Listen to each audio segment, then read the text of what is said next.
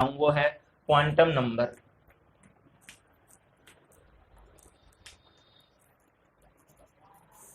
Quantum number अपने topic उठा रहे हैं, ठीक है। तो क्वांटम नंबर के बारे में पढ़ने से पहले वैसे हम लोगों को क्वांटम मॉडल की बहुत सारी चीज़ों को बच्चों के सामने रखना होता है, लेकिन वो भी मैं आपके सामने रखूंगा जब मैं आपके सामने atomic structure as a topic deal करूंगा।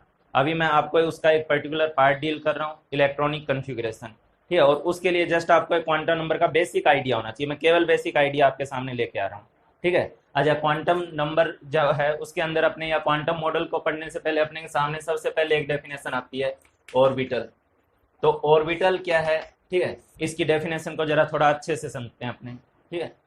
ऑर्बिटल क्या है? ए 3 dimensional space, 3D space around the nucleus,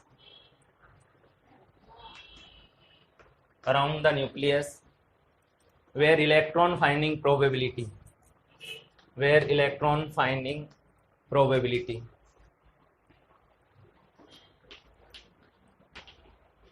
is maximum.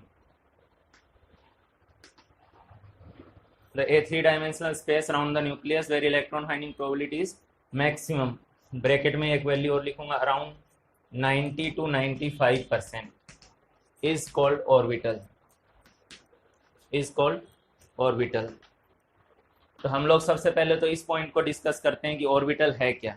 वैसे तो डेफिनेशन में है ही है कि न्यूक्लियस के आउट ऐसा स्पेस जहाँ पे इलेक्ट्रॉन मिलने की जो प्रोबेबिलिटी है वो मैक्सिमम हो, 90 to 95% हो, ठीक है। अभी आपका जो पहला क्वेश्चन, आप 10th से 11th में आ रहे हैं, ठीक है, आपके सामने हर जगह जो भी चीज़ आपको नहीं मिले उस पर आपका एक क्वेश्चन उठना चाहिए, ठीक है। अभी जैसे मैंने यहाँ वर्ड लिखा प्रोबेबिलिटी, ठीक है, इलेक्ट्रॉन की पोजीशन की बात कर रहे हैं तो यहाँ प्रोबेबिलिटी वर्ड क्यों यूज़ कर रहे हैं? मैं यहाँ खड़ा हूँ, मेरी एक फिक्स पोजीशन है, आप जहाँ बैठे हैं वहाँ आपकी एक फिक्स पोजीशन है, तो प्रोबेबिलिटी वर्ड क्यों यूज़ कर रहे हैं, ठीक है। इसको मैं थोड़ा हंसी मजाक वाले तरीके से बताना चाहूँगा, ठीक है। आप लोगों ने किसी जादूगर देखा है? कोई जादूगर अपने सामने हाथ पे कोई चीज़ रख के बैठा है, मान लो मैंने ये कुछ रखा हुआ है चौक, ठीक है। तो अब अगर मैं इसको काफ़ी देर घूरूँ, या जादूगर ऐसा करता है, अपने सामने कोई चीज़ रख लेगा, उसको लगातार घूरेगा, देखेगा, उसकी वजह से क्या होगा, वो चीज़ उसकी हथेली पे या जो सामने पड़ी है वो इधर उधर हिलने डुलने लगेगी, नाचने लगेगी, ऊपर नीचे उठेगी, ठीक है, ऐसा कुछ होगा। तो एक चीज़ मैं अपने बारे में आप लोगों को बताना चाह रहा हूँ, हालांकि हंसी मजाक तरीके से ही बता रहा हूँ कि मैं भी अपने आप में एक जादूगर हूँ, ठीक है। मैं भी आपको ऐसा जादू दिखा सकता हूँ। मैं अपनी हथेली पे कुछ चीज़ रखूँगा, मैं उसको सिर्फ देखता रहूँगा, और देखने के बाद का क्या होगा कि वो चीज़ अपने आप इधर उधर नाचने लगेगी, डांस करने लगेगी, ठीक है। और ऐसा क्यों होगा? ऑब्वियसली बात है, मैं जादूगर हूँ इसलिए होगा, ठीक है। चलो कोई बात नहीं है, मेन पॉइंट पे आते हैं, ठीक है। मैंने अपने हथेली पे जो अपने कोई चीज़ रख के जो जादू दिखाने जा रहा हूँ, बस उस जादू को देखने के लिए आप लोगों को अपना स्टैंडर्ड ऊपर करना पड़ेगा, ठीक है। मैं जादू दिखा दूंगा, लेकिन आप देख पाओगे नहीं देख पाओगे वो मैं श्योर नहीं, ठीक है। हालांकि मैं श्योर हूँ कि आप नहीं देख पाओगे, ठीक है। मैं अपनी हथेली पे इलेक्ट्रॉन रखने जा रहा हूँ, ठीक है। आपको क्या लग रहा है, मैं इलेक्ट्रॉन यहाँ रखूँगा तो क्या वो जैसे ये चीज़ है बिल्कुल फिक्स पड़ी हुई है, बिल्कुल रुकी हुई है, ठीक है। ऐसे ही अगर मैं इलेक्ट्रॉन रखूँगा, ठीक है, तो क्या वो फिक्स रहेगी? नहीं, मैं उसे देख के नचा दूंगा। क्यों नचा दूंगा? चलो मैं उसका कारण डिस्कस कर ले रहा हूँ आपके साथ, ठीक है। मेरी हथेली पे इलेक्ट्रॉन रखा हुआ है, इलेक्ट्रॉन किस टाइप के ऑब्जेक्ट में आएगा? माइक्रोस्कोपिक ऑब्जेक्ट में। हम लोग दो टाइप के ऑब्जेक्ट में चीज़ों को क्लासीफाई करेंगे, माइक्रोस्कोपिक, मैक्रोस्कोपिक। हम हैं, आप लोग हैं, कोई भी चीज़ हमारे सामने ये जो दिख रही है मैक्रोस्कोपिक ऑब्जेक्ट हुआ, ठीक है। जबकि हम लोग जो इलेक्ट्रॉन की बात कर रहे हैं, प्रोटॉन न्यूट्रॉन की बात कर रहे हैं, वो किस टाइप के ऑब्जेक्ट हैं? माइक्रोस्कोपिक ऑब्जेक्ट हैं, ठीक है। तो एक्चुअली क्या है, हमारे दिमाग में बैठा हुआ क्या, हम लोग क्या देखते हैं, मैक्रोस्कोपिक ऑब्जेक्ट को अपने अराउंड घूमता फिरता चलता देखते हैं, वैसी इमेज हम लोगों के दिमाग में बैठी हुई है। लेकिन मैं आप लोगों को एक बात बताना चाह रहा हूँ, ठीक है, अपना मन नहीं मानता, दिमाग नहीं मानता, लेकिन होता है। कुछ प्रॉपर्टीज ऐसी होती हैं, कुछ चीज़ें ऐसी होती है जहाँ पे माइक्रोस्कोपिक ऑब्जेक्ट मैक्रोस्कोपिक ऑब्जेक्ट से डिफरेंटली बिहेव करता है, ठीक है। अब मानते नहीं हम लोग, क्यों? हमारा दिमाग मानने को तैयार नहीं है, क्योंकि हम जो चीज़ देखते हैं मानेंगे तो वही ना, लेकिन हम वो चीज़ देख नहीं पाते, इसलिए हम लोग उस चीज़ को एक्सेप्ट नहीं करते, ठीक है। चलो अब बात करते हैं, हाथ में मैंने इलेक्ट्रॉन रखा, ठीक है। अब मैं उसको नाचने का एक्चुअल कारण बता दे रहा हूँ। जादू भी कोई जादूगर दिखा रहा होगा, जादूगर कोई जादू दिखा रहा होगा, उसका भी कोई ना कोई कारण तो होगा ही। तो इसका मैं कारण आप लोगों से डिस्कस कर ले रहा हूँ, ठीक है। यहाँ से इधर से मेरे पास क्या आ रही है? लाइट आ रही है, ठीक है। और लाइट अगर आ रही है तो लाइट की फॉर्म में क्या आ रहा है? ठीक है, ठीक है। 11th वाले बच्चे अभी उस वर्ड को नहीं सुने होंगे, और सुने होंगे तो बहुत अच्छा है। लाइट की फॉर्म में फोटोन आ रहा है मेरे पास। फोटोन एक एनर्जी पार्टिकल होता है, उसको भी हम लोग एटॉमिक स्ट्रक्चर में ज़्यादा अच्छे से डिस्कस करेंगे।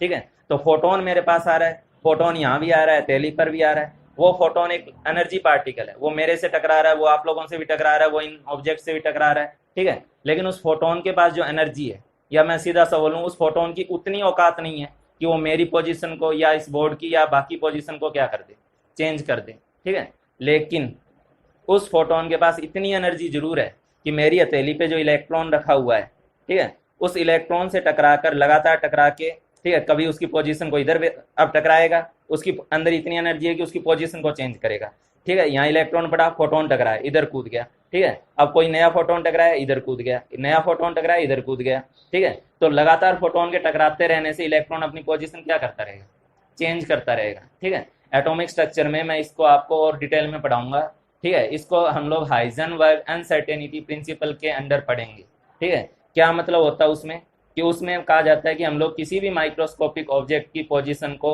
एग्जैक्टली डिटरमाइन नहीं कर सकते, पोजीशन और मोमेंटम को। कारण क्या है, कारण ये है कि सीधी सी बात है, कोई ऑब्जेक्ट की पोजीशन डिटरमाइन करनी है, मोमेंटम डिटरमाइन करना है, उसको देखना पड़ेगा। देखने के लिए हमें किसको यूज करना पड़ेगा, लाइट को।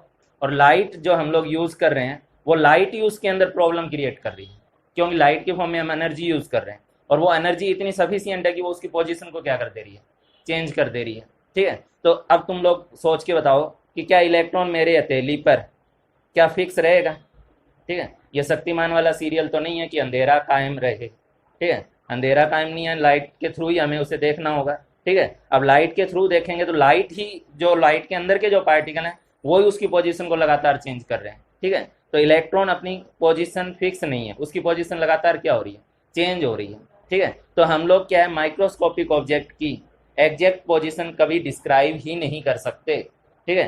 क्या बोल रहा हूँ, हम लोग माइक्रोस्कोपिक ऑब्जेक्ट की एग्जैक्ट पोजीशन कभी डिस्क्राइब ही नहीं कर सकते, कभी एग्जैक्ट पोजीशन बता ही नहीं सकते, ठीक है। उसकी पोजीशन, एग्जैक्ट पोजीशन ही बता सकते। और क्योंकि टकराने से ऑब्वियस सी बात है, उसकी वेलोसिटी वगैरह में भी चेंज आएगा, उसके मोमेंटम में भी चेंज आएगा। तो यानी पोजीशन और मोमेंटम दोनों चीज़ों को हम लोग एग्जैक्टली नहीं बता सकते, ठीक है। तो इसलिए मैं कहना चाह रहा हूँ, हाँ, मैं ये है कि मैं अपनी हथेली में एक सर्कल बना लूँ, ठीक है, और सर्कल बना के बोलूँ कि हाँ भाई, इस रीजन में इलेक्ट्रॉन मिलने की जो प्रोबेबिलिटी है वो 50% है। थोड़ा सर्कल का साइज और बड़ा कर लूँ और बोलूँ कि इस रीजन में इलेक्ट्रॉन मिलने की जो प्रोबेबिलिटी है वो 70% है, ठीक है। तो हम लोग जो है यहाँ पे, मैं आपके सामने ऑर्बिटल वर्ड जब लिखा, a 3 dimensional space around the nucleus where electron finding probability is maximum.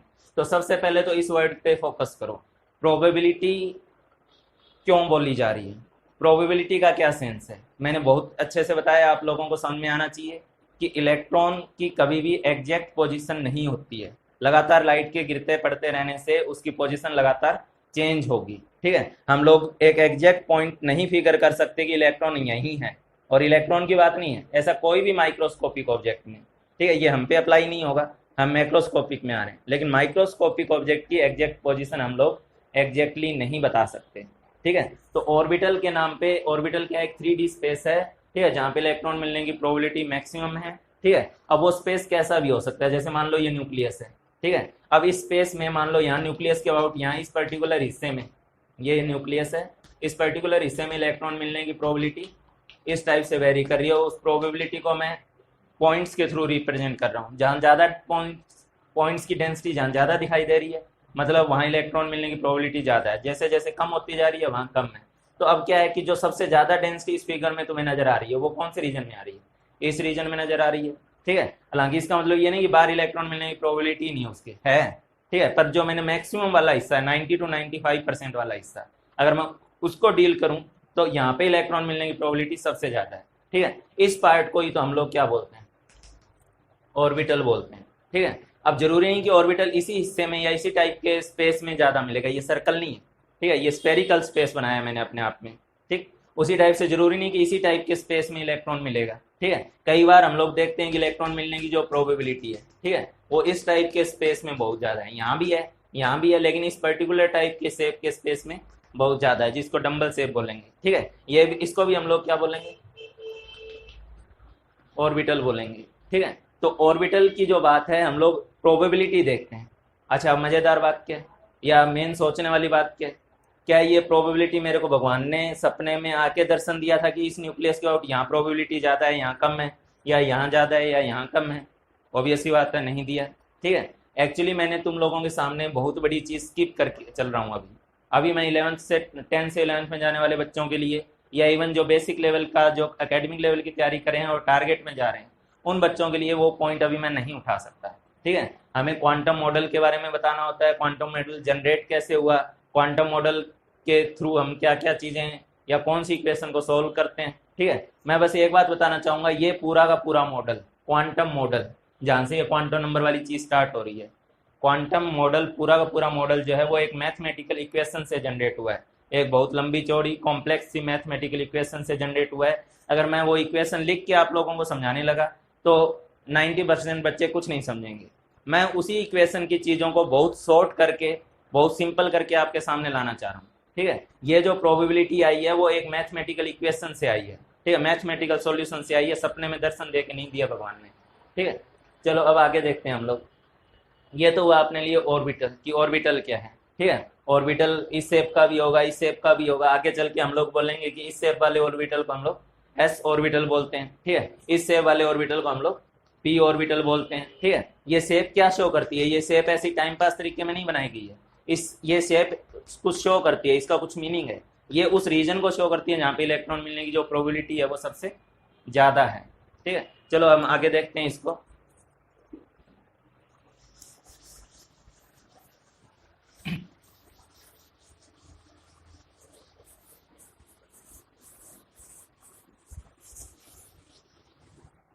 मैं फिर आप लोगों से, क्योंकि मैं फर्स्ट टाइम वीडियो रिकॉर्ड कर रहा हूँ तो इस बार स्टार्टिंग थोड़ा ज़्यादा कंफर्टेबल नहीं थी, अभी ठीक लग रहा है, ठीक है।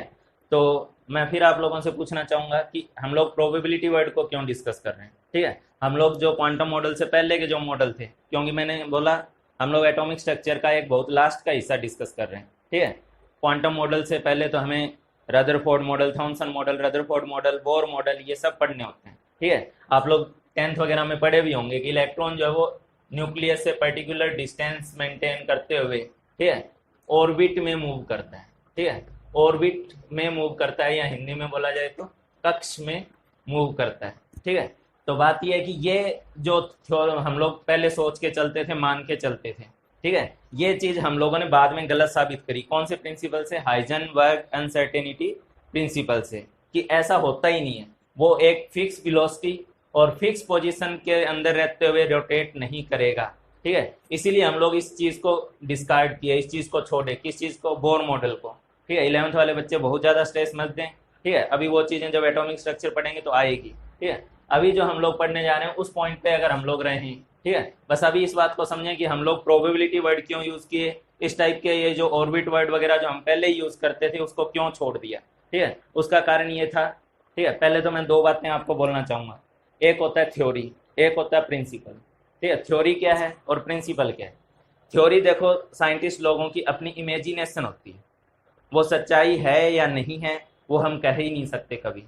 थ्योरी में साइंटिस्ट कुछ ना कुछ एजम्पशन भी लेता है जो उसको ज़रूरी लगते हैं, ठीक है। थ्योरी का बस ये है कि उस टाइम पे जो अवेलेबल हमारे पास एक्सपेरिमेंट्स हैं, ठीक है, उन एक्सपेरिमेंटल रिजल्ट्स को वो साइंटिस्ट अपने एजम्पशंस के थ्रू अगर प्रॉपरली एक्सप्लेन कर दे रहा है तो बाकी पूरी दुनिया, बाकी पूरी साइंटिस्ट कम्युनिटी उसको एक्सेप्ट कर लेती है, विदाउट ये समझे कि वो सही एक्चुअल में है या नहीं, क्योंकि वो चीज़ प्रूव नहीं करी जा सकती। क्या हम एटम के अंदर घुस के इलेक्ट्रॉन की पोजीशन वगैरह या ये चीज़ें देख सकते?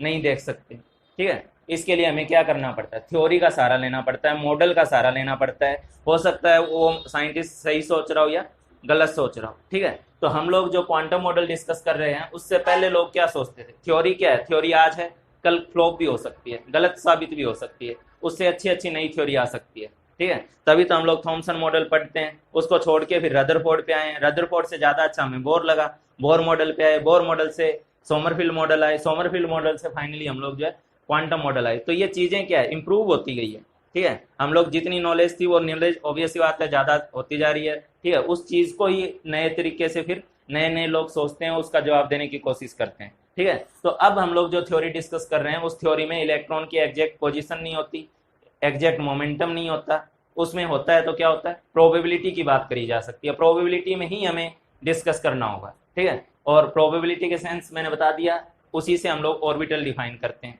ऑर्बिटल 3 डायमेंशनल स्पेस होता है जहाँ पे इलेक्ट्रॉन मिलने की प्रोबेबिलिटी न्यूक्लियस के अबाउट सबसे ज़्यादा हो, उस स्पेस को हम लोग ऑर्बिटल बोलते हैं। ठीक है, चलो अब दूसरे पॉइंट पे आते हैं। ठीक है, ऑर्बिटल को हमने थोड़ा सा डिस्कस किया।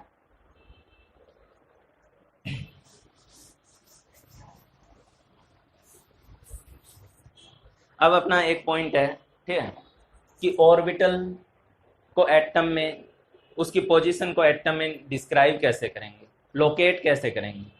ठीक है, ऑर्बिटल को एक बात तो मैं थोड़ा बहुत कॉमन, बहुत देहाती वर्ड टाइप यूज़ करता चलता हूँ। ठीक है, हो सकता है किसी को अच्छा लगे, किसी को लगे पता नहीं क्या ही पढ़ा रहे हैं। ठीक है, तो जैसे ऑर्बिटल है, तो ऑर्बिटल को आप लोग क्या समझोगे, इलेक्ट्रॉन के रहने का घर समझिए। ऑर्बिटल जो है वो उसको आप क्या समझोगे, इलेक्ट्रॉन के रहने का एक तरीके से वो घर है। ठीक है, तो हमें जैसे किसी घर का एड्रेस देना है, ठीक है, किसी लोकेलिटी में किसी घर का एड्रेस देना, तो हमें क्या क्या चीज़ बतानी पड़ती है। ठीक है, उसी तरीके से हमें एटम में ऑर्बिटल की पोजीशन को भी एक एड्रेस देना है। ठीक है, उस एड्रेस को देने के लिए हम लोग क्वांटम नंबर यूज़ करते हैं। कितने क्वांटम नंबर यूज़ करते हैं ऑर्बिटल के एड्रेस को देने के लिए? 3 क्वांटम नंबर।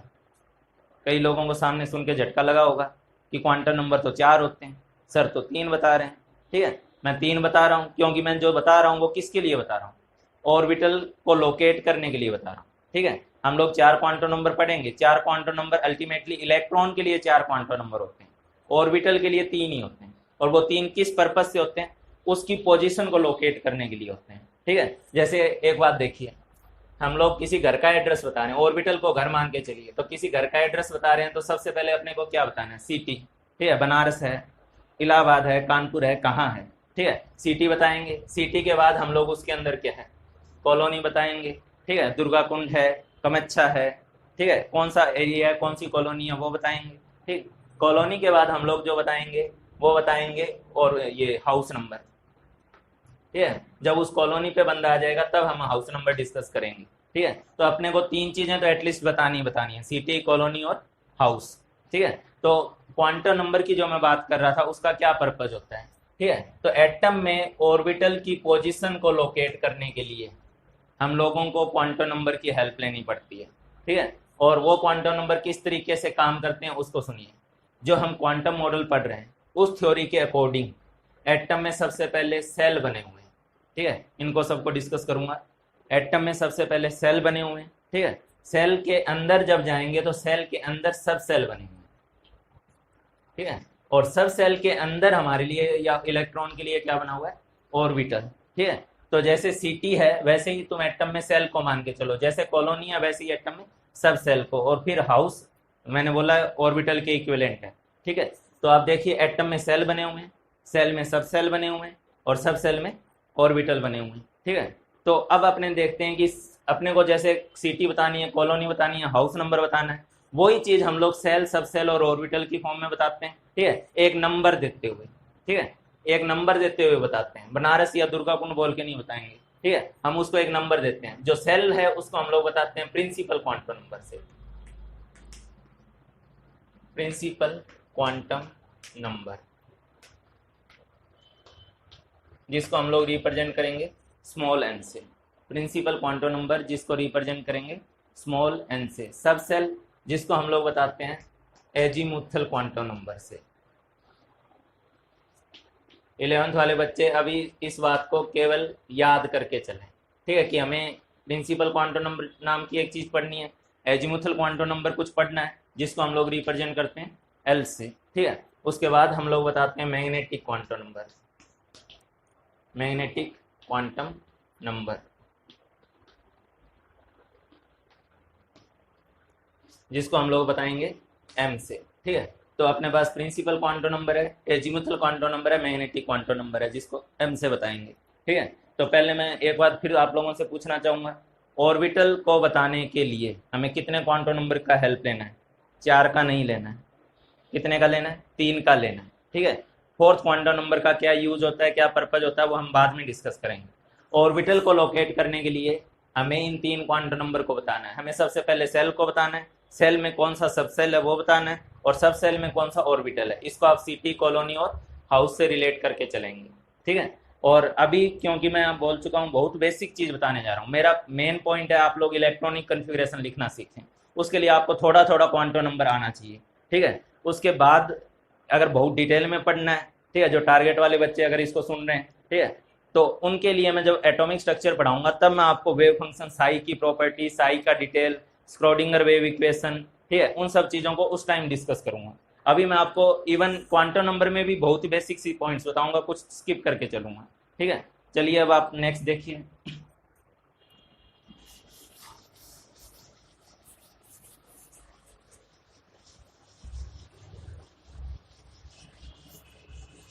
इन 3 क्वांटम नंबर को आप लोग postal address of the orbital भी बोल सकते हैं, ठीक है, postal address of the orbital, ठीक है। चलो अब आगे देखते हैं हम लोग। अच्छा, ये 3 क्वांटम नंबर आते कहाँ से हैं, ठीक है, अभी एक बस बार बोल रहा हूँ, सुन लीजिए, बाद में आगे का कभी देखेंगे।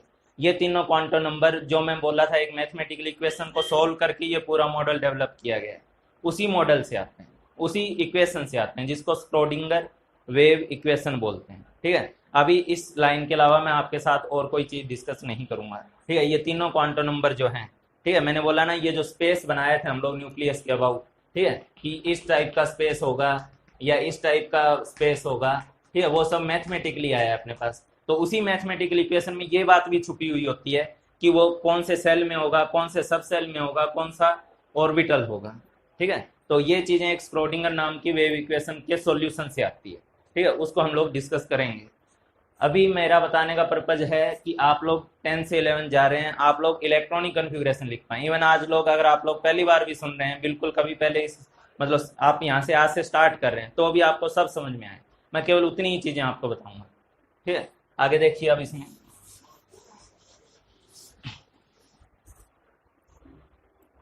सबसे पहले इसमें लिखते हैं हम लोग प्रिंसिपल क्वांटम नंबर,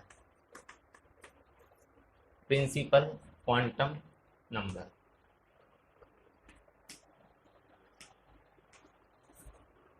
हाँ भाई, तो प्रिंसिपल क्वांटम नंबर जिसको हम लोग किससे रिप्रेजेंट करते हैं, एन से, ठीक है।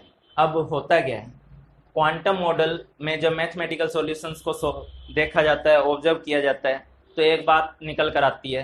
क्या निकल कर आती है कि न्यूक्लियस के अबाउट, ठीक है, या एटम के अंदर अलग अलग एनर्जी लेवल्स बने हुए हैं, अलग अलग एनर्जी सेल्स बने हुए हैं, सॉरी, अलग अलग एनर्जी सेल। जैसे इसको आप लोग क्या बोलोगे, फर्स्ट सेल, सेल है, थिकनेस होगी, ठीक है, और थिकनेस क्यों रिक्वायर्ड है उसको भी आप समझ सकते हो कि एक फिक्स पोजीशन ऐसे होगी नहीं, इधर उधर डुलता रहेगा इलेक्ट्रॉन, तो उसको थिकनेस भी देनी होगी, ठीक है, और वो भी सेल फॉर्म में, ठीक है, सर्कुलर फॉर्म में नहीं, सेल फॉर्म में है, ठीक है। उसके बाद जैसे ये एक सेल बनी हुई है न्यूक्लियस के, ये इसी टाइप से क्या बना हुआ है, सेकंड सेल बनी हुई है। इन सेल के अंदर क्या बने होते हैं भाई, सब सेल बने होते हैं। सब सेल के अंदर क्या बने होते हैं, ऑर्बिटल बने होते हैं, ठीक है। तो चलो अपने बात करते हैं, ये क्या है, ऑब्वियस ही बात है, मैं न्यूक्लियस से चलना स्टार्ट करूं तो मेरे लिए ये फर्स्ट सेल है, मतलब इसका मैं एन लिखूंगा 1, मतलब फर्स्ट सेल, ठीक है। इसका एन हुआ क्या, ठीक है। तो अगर आप लोगों को लिखना है, मैं बोर्ड पे नहीं लिखूंगा, मैं बोलूंगा, आप कॉपी पे अगर नोट करना चाह रहे हैं तो अपनी कॉपी पे नोट कर सकते हैं, ठीक है। इन क्वांटम मॉडल या according to quantum model there exist, according to quantum model there exist different energy cells around the nucleus, ठीक है, different energy cells around the nucleus, and principal quantum number is related with the cell number, and principal quantum number is related with the cell number, ठीक, मतलब सीधी सी बात है, ये first cell है, ये second cell है, इसी टाइप से थर्ड सेल भी होगी, फोर्थ सेल भी होगी, ठीक है। आप लोग कॉपी भी साथ साथ नोट करते जाइएगा जो भी कुछ बोला जा रहा है, ठीक है। तो हम लोग एन की बात करें, प्रिंसिपल क्वांटम नंबर की वैल्यू क्या क्या हो सकती है, 1 2 3 4 5, इसी टाइप में इंटीजर फॉर्म में चलता रहेगा, ठीक है। तो प्रिंसिपल क्वांटम नंबर का मैं अभी और भी कई चीज़ें बता सकता हूँ इससे बारे में, ठीक है, कितने उसमें किसी सेल में इलेक्ट्रॉन आते हैं, एनर्जी को इफेक्ट करता है, एनर्जी फैक्टर इससे रिलेटेड है या नहीं है, कई पॉइंट डिस्कस कर सकता हूँ। लेकिन 11th वाले बच्चों के पॉइंट को ध्यान में रखते हुए अभी मैं केवल इलेक्ट्रॉनिक कन्फिग्रेशन पे कंसंट्रेट कर रहा हूँ, ठीक है, और इसलिए मैं आपको केवल काम की चीज़ बताऊंगा। यहाँ पे प्रिंसिपल क्वांटम नंबर आपको क्या बता रहा है, इसका एन बराबर सेल का नंबर बता रहा है, ये सेल फर्स्ट है, ये सेल सेकंड है, ठीक है। तो ये प्रिंसिपल क्वांटम नंबर एन के बारे में बता रहा है अपने को, ठीक है, सॉरी, एन जो है वो सेल के नंबर के बारे में बता रहा है अपने को, ठीक है। तो इस टाइप से न्यूक्लियस के अराउंड, ठीक है, एटम के अंदर अलग अलग सेल बनी हुई है, उस सेल में फिर सब सेल बने होंगे और सब सेल के अंदर जो है ऑर्बिटल होंगे। ऑर्बिटल को कैसे अज्यूम करके चल रहे हो, इलेक्ट्रॉन के रहने का घर, ठीक है, मैं बार बार ये वर्ड यूज कर रहा हूँ। ठीक, चलो अब आगे देखते हैं हम लोग। प्रिंसिपल क्वांटम नंबर सेल के नंबर को बताता है और उसकी वैल्यू 1 2 3 4 5 होते हुए कुछ भी पॉजिटिव इंटीजर में जाएगी। ठीक, नेक्स्ट लिखते हैं हम लोग।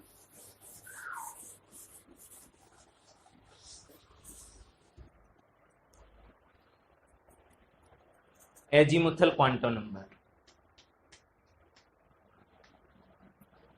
Azimuthal quantum number, azimuthal quantum number जिसको हम लोग किससे रिप्रेजेंट करते थे, एल से। ठीक है, यहाँ पे भी मैं आपको थोड़ा वही हंसी मजाक टाइप वाले में, ठीक है, कुछ बोलना चाहूँगा। एजीमुथल क्वांटम नंबर को आप क्लास के रोल नंबर जैसे ट्रीट करिए।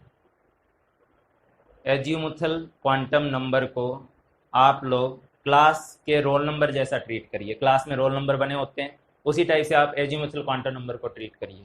ठीक है, अच्छा अब एक बात बताइए, जैसे ही मैं बोलूँ कि रोल नंबर 1, अगर आप लोग क्लास वगैरह अटेंड करते रहे होगे, क्योंकि बहुत सारे तो लोग स्कूल ही नहीं जाते। ठीक है, अगर आप लोग क्लास अटेंड किए हैं और मैं आपको बोलूँ रोल नंबर 1, आपके दिमाग में दो बातें आई है। ठीक है, सही सही बताइएगा, दो बातें आई है। रोल नंबर 1 वाले बच्चे का नाम, रोल नंबर 1 वाले बच्चे का चेहरा। आया है या नहीं आया? आया होगा। ठीक है, अगर आप क्लास जाते हो तो। ठीक, तो मैंने बोला एजीमुथल क्वांटम नंबर किसके जैसा है, क्लास के रोल नंबर जैसा है। ठीक है, अब किसी रोल नंबर 1 बोलते ही आपके दिमाग में दो जो बातें आई, नाम आया और नाम के साथ साथ उसका चेहरा आया। ठीक है, तो उसी टाइप से एजीमुथल क्वांटम नंबर जो है, ठीक है, वैसे तो हम बात डिस्कस कर ही चुके हैं, सेल के अंदर सब सेल बना होता है, तो एजीमुथल क्वांटम नंबर जो है वो सब सेल से रिलेटेड है। ठीक है, azimuthal quantum number is related with सब सेल। लेकिन इसमें एक पॉइंट और ऐड करना चाहूँगा, sub cell and the shape of the orbital present in that sub shell. ठीक है, उस सब सेल में जो ऑर्बिटल्स बने हुए हैं, उसमें जो घर बने हुए हैं, एक बात बोलना चाहूँगा, एक सब सेल के जो ऑर्बिटल्स होंगे उनका शेप एक जैसा होगा। ठीक है, और जब एजीमुथल क्वांटम नंबर हम बता देंगे, ठीक है, तो एजीमुथल क्वांटम नंबर बताते ही हम लोग एक टाइप से उसका जस्ट नाम नहीं बता रहे हैं, सब सेल का नाम ही नहीं केवल बता रहे, उस नाम के साथ साथ हम लोग उसका शेप भी बता दे रहे हैं। ठीक है, रोल नंबर 1 के नाम पे आप लोगों के पास जो दिमाग में आया, उसका केवल नाम नहीं आया, नाम के साथ साथ उसका चेहरा भी दिमाग में आया। ठीक है, तो उसी तरीके से एजीमुथल क्वांटम नंबर बोलते ही हम लोग दो चीजें हमारे दिमाग में आएगी, सब सेल का नाम भी आएगा और सब सेल की शेप, ये नहीं बोलूंगा, सब सेल के अंदर प्रेजेंट ऑर्बिटल की शेप तुम लोगों के दिमाग में आएगी। ठीक है, तो यहाँ पे जरा ध्यान दीजिए, एजीमुथल क्वांटम नंबर, ठीक है, अगर लिखना चाहो तो it is related with, it is related with सब cell and shape of the orbital, shape of orbital present in that subcell, present in that subcell। सही से देख लीजिएगा, it is relative with subshell and shape of the orbital present in that subshell. थोड़ा मेरा board presentation बेकार है, उसको किसी तरीके से हैंडल करिए। ठीक है, जो मैं बोल रहा हूँ उस बात पे ज़्यादा फोकस करिए। ठीक है, it is related with the subcell and the shape of the orbital present in that subcell। ठीक है, चलो आगे देखते हैं। क्लास में तो हम लोग अगर लगातार क्लास जाते हैं तो हम लोग इवन कभी कभी ऐसा होता है कि हम लोगों को सारे ही रोल नंबर याद हो जाते हैं, सारे रोल नंबर के करस्पॉन्डिंग नाम चेहरा सब याद हो जाता है। ठीक है, धीरे धीरे याद हो जाता है और 40-40 50-50 तक याद हो जाता है होने वाले को तो। ठीक है, लेकिन हम लोगों को तो यहाँ बहुत ज़्यादा नंबर, रोल नंबर याद ही नहीं रखने, हमें तो केवल चार को ही याद रखना है। हाँ, बस ये है कि रोल नंबर 1 से स्टार्ट होता है। ठीक है, हाँ, यहाँ पे एक बात देखिए, मैंने एक चीज़ बोली थी आपको स्टार्टिंग में कि क्वांटम मॉडल पूरी तरह से मैथमेटिकल इक्वेशन बेस्ड है। अच्छा, मैथमेटिकल इक्वेशन में कुछ ना कुछ कंडीशंस अपने आप जनरेट हो ही जाती है। ठीक है, एक बात बताइए, जैसे एक मैं बहुत सिंपल इक्वेशन लिखूँ, ठीक है, ये तो बहुत कॉम्प्लेक्स इक्वेशन से आया है, मैं एक बहुत सिंपल इक्वेशन लिखूँ 1/x-1। ठीक है, क्या इस इक्वेशन में, इस फंक्शन में कोई कंडीशन जनरेट हुई है? बिल्कुल हुई है।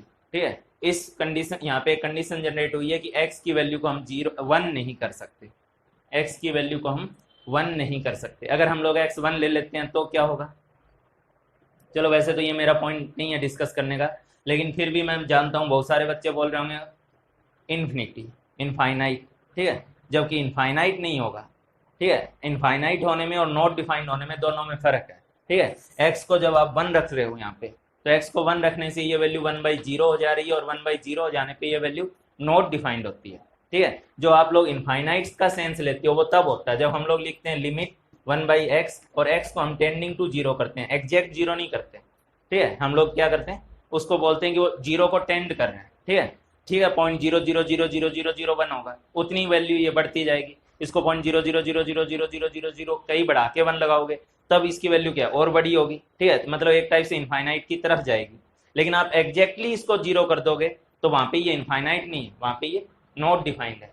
ठीक है, तो अपने वापस इस पे आते हैं, f(x) बराबर 1/(x-1) केवल इतने से पार्ट को अगर मैं बोलूँ, इतनी सिंपल सी इक्वेशन को, तब भी हमारे यहाँ एक कंडीशन जनरेट हो गई है। क्या कंडीशन हो गई है कि x की वैल्यू 1 नहीं हो सकती। ठीक है, अच्छा इसी को थोड़ा सा और चेंज कर दूं, √x-1, तो वो कंडीशन और बढ़ गई। कैसे बढ़ गई? ऑब्वियस सी बात है, यहाँ पे x की वैल्यू जो है वो नेगेटिव भी नहीं हो सकती और 1 भी नहीं हो सकती। 1 रखने पे भी प्रॉब्लम, और नेगेटिव तो रख नहीं सकते हैं रूट के अंदर। ठीक है, तो एक और कंडीशन और बढ़ गई कि x नेगेटिव में भी नहीं जा सकता और x जो है 1 भी नहीं हो सकता। ठीक है, तो ये बात मैं आप लोगों से बोल क्यों रहा हूँ, मैंने बोला ये पूरा मॉडल कहाँ से आया, मैथमेटिकल इक्वेशन से आया। वो इतनी कॉम्प्लेक्स है कि 11th वाले बच्चों के लिए वो चीज़ मैं अभी नहीं दिखना चाह रहा। ठीक है, तो मैं क्या बताना चाहूँगा आप लोगों को, मैं केवल आप लोगों को बिल्कुल बेसिक सी बात बता रहा हूँ, उसकी चीज जो वो मैथमेटिकल पार्ट है उसको सिंपल करके एक फिजिकल सेंस में समझाने की कोशिश कर रहा हूँ, उस मैथमेटिकल पार्ट को फिजिकल सेंस में समझाने की कोशिश कर रहा हूँ। ठीक है, तो जैसे अब इस इक्वेशन के साथ कुछ कंडीशन जुड़ी हुई है, वैसे ही इस एल की वैल्यू के साथ कंडीशन जुड़ी हुई है। हम ये नहीं कह सकते कि एल कुछ भी हो जाएगा। ठीक है, एल की वैल्यू कुछ भी हो जाएगी, कंडीशन जुड़ी है उसके साथ, और वो इस इक्वेशन से आई है। ठीक है, तो फिलहाल के लिए आप लोग उसको याद करके चलोगे, फिलहाल के लिए आप लोग उसे याद करके चलोगे। क्या हम लोग याद करेंगे? अलाउड वैल्यूज ऑफ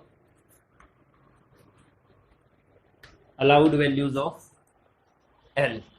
ठीक है, तो अलाउड वैल्यूज ऑफ एल जो होता है, ठीक है, वो आपको ध्यान रखना है 0 to n-1। ठीक है, हमें जिस सेल के बारे में पूछा जाएगा, सेल में सब सेल बनी होती है, इसलिए पहले सेल की बात करेंगे। अब जिस सेल के बारे में पूछा जाएगा उसका कुछ सेल नंबर होगा जिसको n से लिखते हैं, प्रिंसिपल क्वांटम नंबर से लिखते हैं। तो उस सेल में जो सब सेल बनी हुई होंगी उनके नंबर 0 से स्टार्ट करते हुए n-1 तक जाएंगे। इवन n भी नहीं होगा, n से ज़्यादा नहीं होगा, n भी नहीं होगा।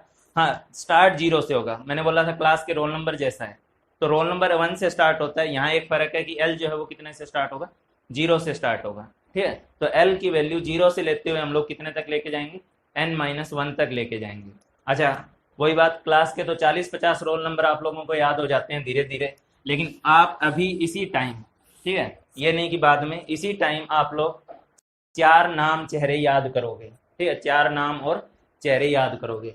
जैसे l बराबर 0 है, l बराबर 1 है, l बराबर 2 है, l बराबर 3 है, एटलीस्ट ये 4। ठीक है, l बराबर 0 होने का मतलब हम लोग उस सब सेल को एक नाम देंगे, उस सब सेल का नाम होगा s सब सेल। l बराबर 0 पे हम लोग उस सब सेल को एक नाम देंगे s सब सेल। ठीक है, अब आप लोग जैसे राहुल, रोशन, कुछ भी नाम याद करके चले हो रोल नंबर का, ठीक है, वैसे या ध्यान में रह गया आपको, वैसे इनको भी नाम की फॉर्म में ही ध्यान रखो, ज़्यादा अभी स्ट्रेस मत लो कि s क्या है, p क्या है, नाम है s सब सेल। ठीक है, उसके बाद क्या, p सब सेल। इनको भी डिस्कस किया जा सकता है s क्या है, p क्या है, लेकिन अभी 11th में हो, ठीक है, शुरुआत कर रहे हो तो बस सिर्फ नाम समझ के करो। s सब सेल, p सब सेल, l बराबर 2 जो है हम लोग बोलेंगे d सब सेल, l बराबर 3 को हम लोग बोलेंगे f सब सेल। ठीक है, उससे आगे जाना हो, क्योंकि कोटा साइड के टीचर लोगों को थोड़ा ज़्यादा मजा आता है एक्स्ट्रा टाइप की चीज़ें पूछने में। ठीक है, तो 0 1 2 3 की बजाय अगर हम लोग 4 कर दें तो वो हो जाएगा g सब सेल।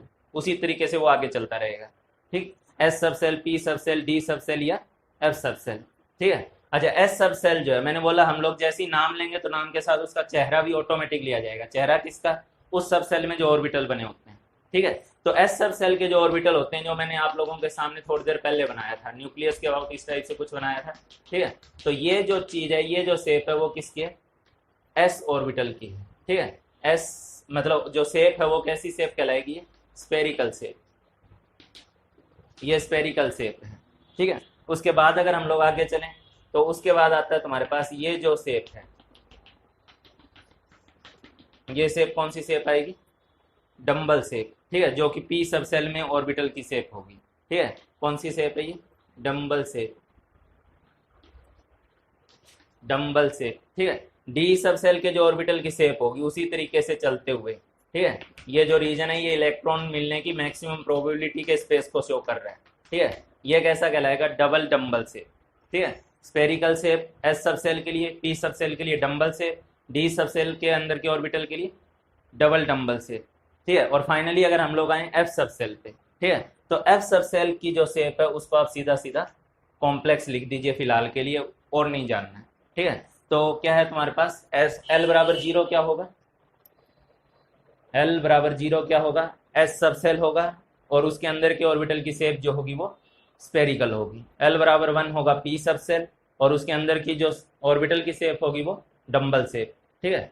और उसके बाद एल बराबर टू डी सब सेल और ऑर्बिटल की शेप होगी डबल डम्बल, ठीक है। एल बराबर थ्री एफ सब सेल, शेप को अभी इग्नोर कर दो, कॉम्प्लेक्स लिख के इग्नोर कर दो, ठीक है। चलो अब आते हैं हम लोग अभी आप लोगों को पूछा था, मैंने यह बताया था एजीमुथल क्वांटम नंबर यानी एल की जो अलाउड वैल्यूज है वो कहाँ से कहाँ तक है? कहाँ से कहाँ तक है? 0 to n-1 तक है, ठीक है, क्योंकि मैथमेटिकल इक्वेशन में कुछ ना कुछ कंडीशन रहती है, ठीक। अब आगे देखते हैं हम लोग।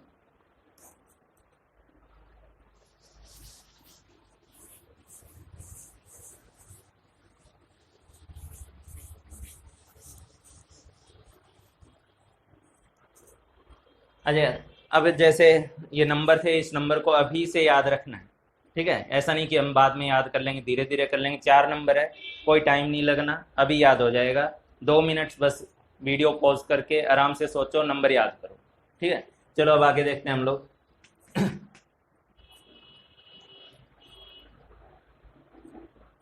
अच्छा, अब अगर मैं आप लोगों से एक क्वेश्चन पूछता हूँ, ठीक है, does does 2D subshell exist? 2D subshell exist? Does 2D subshell exist? Does 2D subshell exist, ठीक है। अच्छा, अब बात ये कि यहाँ जो 2 है सबसेल, तो ठीक है, डी बोल रहा हूँ मैं। 2 क्या रिप्रेजेंट करता है? 2 रिप्रेजेंट करता है एन के नंबर को, प्रिंसिपल क्वांटम नंबर को, सेल के नंबर को, ठीक है। हमने कुछ भी लिखा है यहाँ 4s लिखा, तो ये 4 क्या रिप्रेजेंट करेगा? सेल के नंबर को, कि जो ऑर्बिटल है या जो सबसेल है वो फोर्थ सेल की है, ठीक है। अगर मैं 4D लिख रहा हूँ तो डी सबसेल है, लेकिन कौन से सेल की? फोर्थ सेल की, ठीक है। तो मैं पूछना चाह रहा हूँ क्या सेकंड सेल में डी सबसेल होगा, यानी 2D सबसेल एग्जिस्ट करेगा, ठीक है। 2D सबसेल एग्जिस्ट करेगा मतलब सेकंड सेल में क्या डी सबसेल बनेगा भी या नहीं बनेगा, ठीक है, एग्जिस्ट करेगा या नहीं करेगा। तो इसका आंसर क्या होगा? अब बताइए, n बराबर अगर 2 है तो l की अलाउड वैल्यूज क्या क्या है? n बराबर 2 है तो l की अलाउड वैल्यूज क्या है? l बराबर होगा 0, ये चलेगा, यानी s सब सेल उसमें होगा, चलेगा, ठीक है। n बराबर 2 है तो l बराबर 1 भी होगा तो भी चलेगा, मतलब क्या होगा? p सब सेल होगा तो भी चलेगा, ठीक है। s सब सेल होगा तो भी चलेगा, क्या मतलब? s सब सेल भी होगा, p सब सेल भी होगा, ठीक है। लेकिन अगर मैं l बराबर 2 कर देता हूँ तो ऐसे केस में तो n और l की वैल्यू बराबर हो गई और वो हमारे लिए अलाउड नहीं है, ठीक है। तो l बराबर 2 नहीं हो सकता, इसका मतलब d सब सेल नहीं हो सकता। डी सब सेल नहीं हो सकता, किस में नहीं हो सकता? n बराबर 2 में नहीं हो सकता, ठीक है। n बराबर 2 में डी सब सेल जो है वो एग्जिस्ट नहीं करेगा। n बराबर 2 में डी सब सेल एग्जिस्ट नहीं करेगा, 2D सब सेल एग्जिस्ट नहीं करेगा। l बराबर 0 एग्जिस्ट करेगा, l बराबर 1 हो सकता, लेकिन l बराबर 2 नहीं हो सकता फॉर n इक्वल टू 2। चलो अब उसी टाइप से अगर मैं कल को आपसे पूछता क्या 1p सब सेल एग्जिस्ट करेगा? 1p सब सेल, ठीक है, करेगा या नहीं करेगा? नहीं करेगा, क्यों? क्योंकि आंसर n इक्वल टू क्या है? 1 है, और n इक्वल टू 1 है तो l की वैल्यू क्या है? 0 हो जाएगी। लेकिन क्या 1 हो जाएगी? 1 नहीं होगी, और 1 नहीं होगी इसका मतलब p सब सेल भी एग्जिस्ट नहीं करेगा, ठीक है। अगर इसकी वैल्यू 1 नहीं होगी इसका मतलब p सब सेल भी जो है एग्जिस्ट नहीं करेगा, किस में? 1p में, ठीक है। 1p नहीं एग्जिस्ट करेगा। आगे देखिए अब इसमें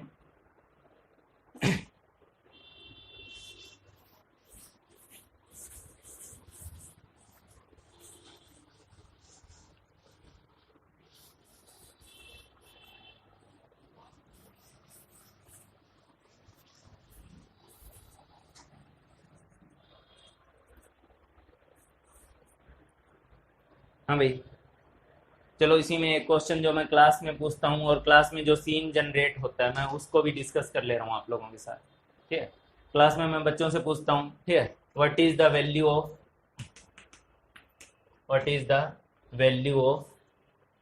एल, ठीक है, for 4p subset, 4p subset, what is the value of L for 4p subset. अच्छा, इसमें जो 4 है वो क्या रिप्रेजेंट करता है, ठीक है, इसमें जो 4 है वो क्या रिप्रेजेंट करता है, वो भी इसी बात है, वो रिप्रेजेंट करता है n बराबर 4। ठीक है, अब अगर मैं 60-70 बच्चों की क्लास ले रहा हूँ, ठीक है, मैं हर एक बच्चे से जा जाके ये क्वेश्चन पूछता हूँ, क्योंकि मैं स्टार्टिंग में हर चीज़ उनको धीरे धीरे देना चाहता हूँ और डीपली समझे वो उस टाइप से देना चाहता हूँ। ठीक है, अभी आप लोग भी अपने दिमाग में एक बार सोचिए कि n बराबर जो 4 है, तो अगर n बराबर 4 है तो l की वैल्यू क्या क्या हो सकती, 4p के लिए l की वैल्यू क्या क्या हो सकती।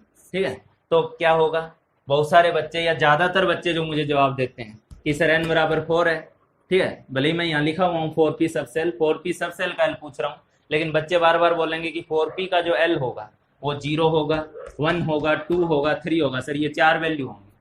ठीक है, मैं सबसे पूछता हूँ, सबके ज़्यादातर बच्चों का, कोई एक दो बच्चा बाई चांस एक्सेप्शन निकले अलग बात है, ज़्यादातर बच्चों का जवाब यही होता है। हो सकता है अगर आपने भी अपने दिमाग में सोचा हो कि 4p के लिए l कितना लिखना है, तो हो सकता है आपने भी यही जवाब सोचा होगा, 0, 1, 2 और 3।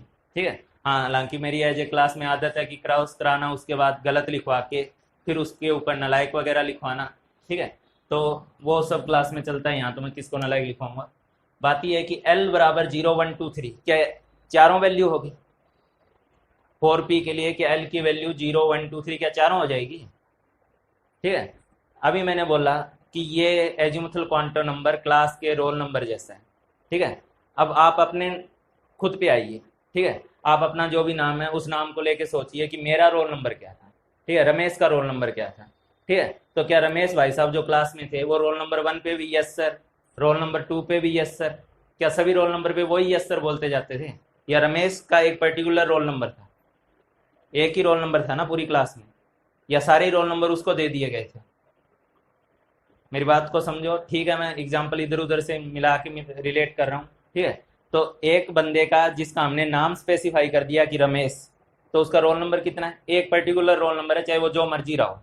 ठीक है, 13 रोल नंबर, 15 रोल नंबर, जो भी रहा होगा एक ही रहा होगा। ठीक है, तो मैंने तुमसे ये नहीं पूछा है कि n बराबर 4 में l कितने, मैंने आप लोगों से ये नहीं पूछा कि n बराबर 4 में l क्या होगा, क्या क्या हो सकता, मैंने बोला है 4p सब सेल का l क्या होगा।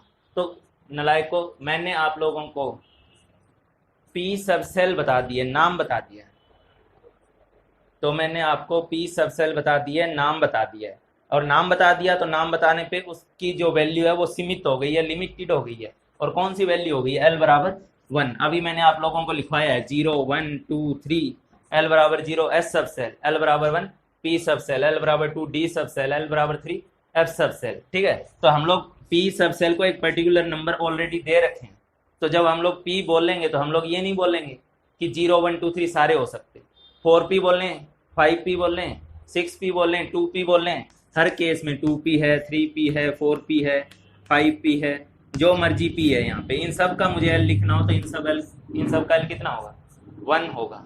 ठीक है, तो n बराबर 4 है, इसका मतलब ठीक है n बराबर 4 है, n बराबर 4 में 0, 1, 2, 3 भी हो सकता है, ये भी सही है, लेकिन मेरा क्वेश्चन ये नहीं ना। मेरा क्वेश्चन क्या है, मेरा क्वेश्चन है कि आप लोग बताइए 4p सब सेल का l कितना है।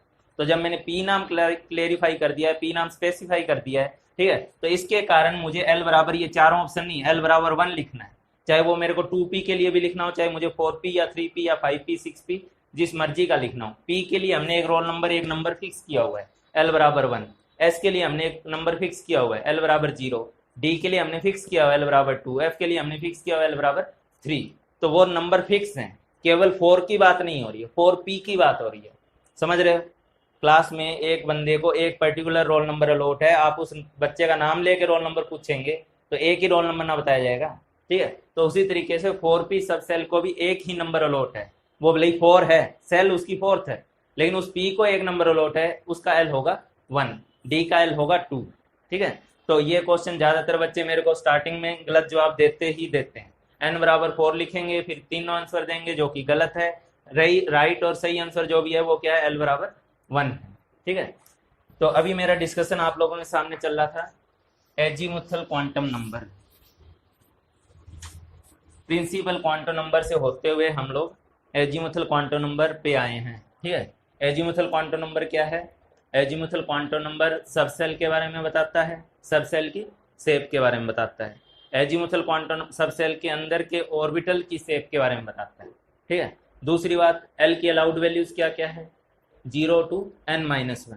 ठीक है, मैथमेटिकल इक्वेशन से सब चल रहा है तो वहाँ कुछ ना कुछ कंडीशन होती हैं, एल की वैल्यू पे भी कंडीशन है। एल की अलाउड वैल्यू 0 to n-1 है। ठीक है, इसमें 4 वैल्यू याद कर ली जाती है, उन 4 वैल्यू के साथ उनका नाम, नाम के साथ उसके अंदर के ऑर्बिटल की शेप याद कर ली जाएगी। ठीक है, फिर उसी टाइप से चलो अब थोड़ा सा डिटेल में लिख दे रहे हैं। n बराबर 1 में कौन कौन से सबसेल होंगे? ठीक है, n बराबर 1 में ऑब्वियस सी बात है l बराबर केवल क्या होगा? 0 होगा। ठीक है, n बराबर 0 होगा तो इसका मतलब केवल कौन सा सेल सबसेल होगा?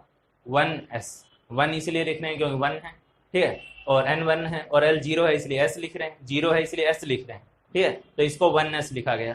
n बराबर जब 2 होगा, ठीक है, तो n बराबर 2 में हमारे पास दो l हो सकते हैं, l बराबर 0 हो सकता है, l बराबर 1। ठीक है, n बराबर 2 में 2 होंगे, लेकिन जब l बराबर 0 करेंगे तो वो स्पेसिफिकली 2s हो गया, l बराबर 1 करेंगे तो वो स्पेसिफिकली 2p हो गया। ठीक है, उसी टाइप से जब हम लोग n बराबर 3 पे जाएंगे, इसमें हमारे पास l की वैल्यू बढ़ जाएगी।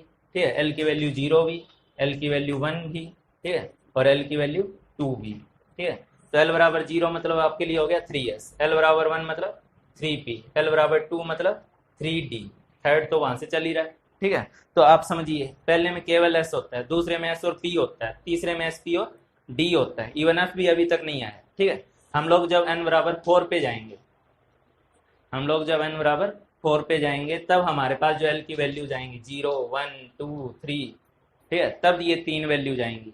उस केस में हमारे पास 4s भी होगा, 4p सब सेल भी होगा, 4d सब सेल भी होगा और 4f सब सेल भी होगा। ठीक है, तो f सब सेल तो जाके 4th सेल से स्टार्ट होगा, d जो है वो 3rd सेल से स्टार्ट होगा, p 2nd से स्टार्ट होगा, फर्स्ट में केवल और केवल 1s होता है।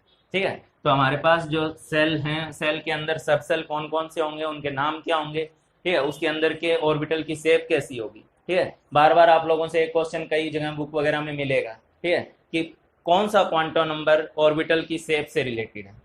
ठीक है, इसका जवाब आपको सीधे सीधे कौन सा देना है? Azimuthal quantum number. ठीक है, चलो अब थोड़ा और आगे देखते हैं। मैं फिर बोलना चाहूँगा कि ठीक है, एजीमुथल क्वांटम नंबर में या प्रिंसिपल क्वांटम नंबर में बहुत सारे पॉइंट है जो मैंने स्किप किए हैं। ठीक है, अभी मैं केवल आप लोगों को उतना बताने की जरूरत समझता हूँ जिससे आप लोग इलेक्ट्रॉनिक कन्फिग्रेशन लिख पाएँ।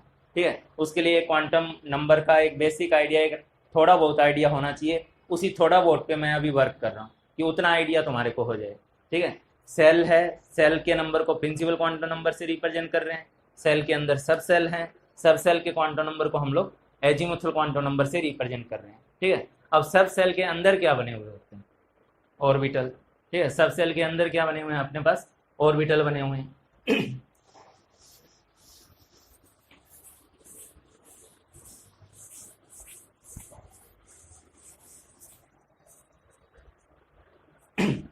हाँ भाई, अगला जो क्वांटम नंबर हम लोग लिखने जा रहे हैं,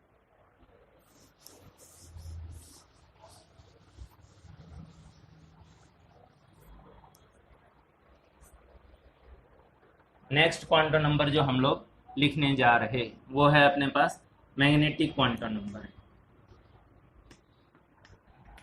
मैग्नेटिक क्वांटम नंबर,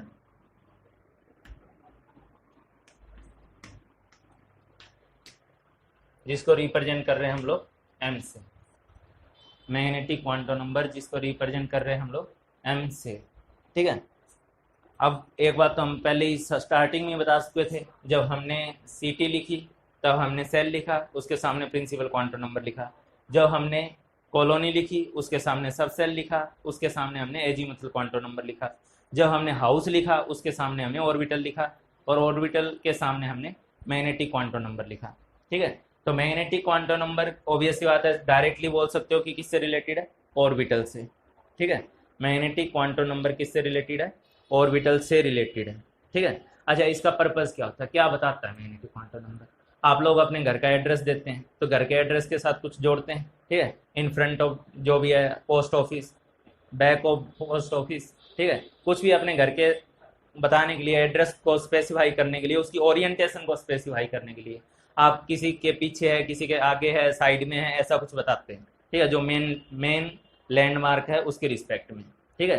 तो इसी तरीके से हम लोग एटम के अंदर जाके जब ऑर्बिटल को बताते हैं सब सेल में जाती है, ठीक है, तो अलग अलग उनकी ओरिएंटेशंस होती हैं, ठीक है। यहाँ तो अब ऑब्वियस सी बात है, डाकघर बना हुआ नहीं है, अस्पताल बना नहीं हुआ है कि अस्पताल के पीछे है, अस्पताल के बगल में, ठीक है। यहाँ हमें जो ओरिएंटेशन देनी है, ठीक है, वो किस रिस्पेक्ट में देनी है, वो देनी है हमें एक्स वाई और जेड एक्सिस के रिस्पेक्ट में देनी है, एक्स एक्सिस, वाई एक्सिस और जेड एक्सिस के रिस्पेक्ट में देनी है, ठीक है।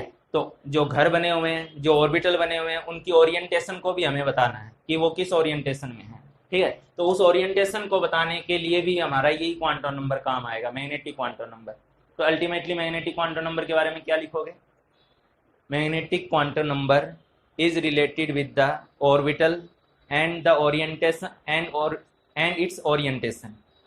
Magnetic quantum number is related with the orbital and it's orientation, ठीक है। मैं पहले ही बता चुका हूँ, दोबारा बोल रहा हूँ, ओरिएंटेशन सेंस का क्या मतलब है? घर का एड्रेस देने के दौरान भी जो भी लिखते हो कि डाकघर के पीछे है, डाकघर के सामने है, ऐसा कुछ, वैसी ही ओरिएंटेशन हम लोग एक्स वाई और जेड एक्सिस को लेते हुए ऑर्बिटल की देते हैं, ठीक है। अब ध्यान दो, ये लाइन लिख लेना अपनी कॉपी पे, ठीक है। Magnetic quantum number is related with orbital and it's orientation, ठीक है। अच्छा, अब एक बात और, अलाउड वैल्यूज ऑफ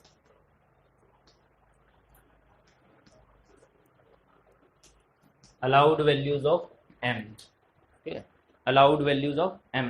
जैसे l के साथ कंडीशन थी, रिस्ट्रिक्शंस थी कि l की वैल्यू 0 to n-1 ही हो सकती, ठीक है। दोबारा बोलो, अपने आप से बोलो, सामने बैठे हो, ठीक है, अपने आप से एक बार मन में बोलते रहा करो, ठीक है। l की अलाउड वैल्यूज क्या क्या हो सकती?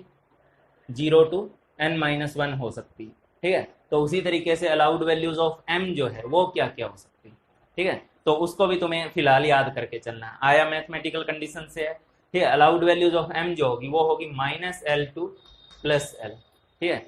सब सेल ऑर्बिटल किस में बने हुए हैं? सब सेल में। सब सेल का एक पर्टिकुलर l होगा, तो उस l को लेकर के -l से लेते हुए हम लोग +l तक, allowed values of m -l to +l, ठीक है, इंक्लूडिंग जीरो,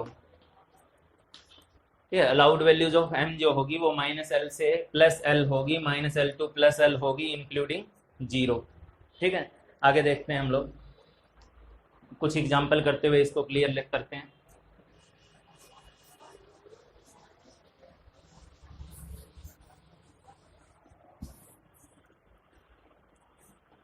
हाँ भाई, एक बात बोलिए, l बराबर जब मैं 1 ले लेता हूँ, ठीक है, तो इनडायरेक्टली मैं कौन से सब सेल को लेके चल रहा हूँ? p सब सेल को। l बराबर 1 लिख रहा हूँ तो मैं कौन से सब सेल को लेके चल रहा हूँ? p सब सेल को लेके चल रहा हूँ, ठीक है। और अगर मैं p सब सेल को लेके चल रहा हूँ तो मुझे बताइए आप लोग, इस कंडीशन में m की अलाउड वैल्यूज क्या क्या है, ठीक है। इस कंडीशन में m की अलाउड वैल्यूज है -1, 0 और +1। m की जो अलाउड वैल्यूज है वो है -1, 0 और n+1, ठीक है। कितनी वैल्यूज बनी? 3 वैल्यू बनी, ठीक है, 3 वैल्यू बनी यहाँ पे। ये 3 वैल्यू बनना क्या शो कर रहा है?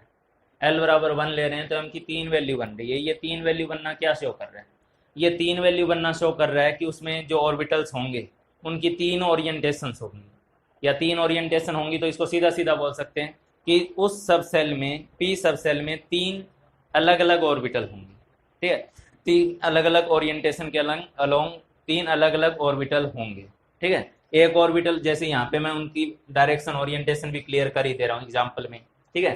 3 होने का, जैसे p सब सेल के अंदर ऑर्बिटल कैसा था? डंबल शेप था, ठीक है। तो अगर डंबल शेप था तो आप लोग ये देखिए, ये डंबल जो है, अगर इस डंबल यानी जो इलेक्ट्रॉन मिलने की प्रोबेबिलिटी है वो मैक्सिमम मिल रही है कौन से एक्सिस के लॉन्ग?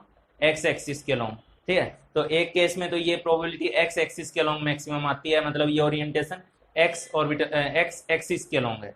इसको हम लोग बोलते हैं पी एक्स ऑर्बिटल। डिफ्रेंशिएट करेंगे, 3 नाम देंगे उनको, ठीक है। उसी तरीके से अगर हम लोग क्या करें, एक ये वाई एक्सिस को ले लें, ठीक है, वही डंबल जो है वो किस एक्सिस के लॉन्ग है, वाई एक्सिस के लॉन्ग, मतलब इलेक्ट्रॉन मिलने की जो प्रोबेबिलिटी है वो डंबल शेप में वाई एक्सिस के लॉन्ग मैक्सिमम है। ठीक है, तो इस कंडीशन को, इसको हम लोग नाम देते हैं पी वाई। ठीक है, एक तीसरा केस इसमें और बनता है, ये सब मैथमेटिकली आए हुए हैं, एक्स एक्सिस होगा, वाई होगा, एक्स वाई के बीच में होगा, वो भी हमारे सपने में नहीं आए, वो सब मैथमेटिकली आए हैं। ठीक है, तो एक केस और है, ये जेड और जेड एक्सिस। ठीक है, तो इस केस में क्या है, एक लोब बोर्ड के पीछे की तरफ है, एक लोब बोर्ड के आगे की तरफ है, ये अपना क्या हुआ, ये हुआ अपना जेड एक्सिस। ठीक है, तो जेड एक्सिस के अंदर एक लोब पीछे की तरफ, एक लोब आगे की तरफ बोर्ड से। ठीक है, तो उन दोनों लोब्स में इलेक्ट्रॉन मिलने की जो प्रोबेबिलिटी है वो मैक्सिमम है, इसको हम लोग नाम देंगे पी जेड। ठीक है, तो अभी जो मैंने है आपके सामने एक एग्जाम्पल उठाया कि L बराबर 1 है, L बराबर 1 किसको रिप्रेजेंट कर रहा है, P सब सेल को। ठीक है, M की अलाउड वैल्यूज क्या क्या थी, M की अलाउड वैल्यू थी -L2 प्लस L। ठीक है, M की जो अलाउड वैल्यूज थी वो थी -L2 प्लस L, यानी -1 0 प्लस 1, कितनी वैल्यूज आई, 3 वैल्यू आई।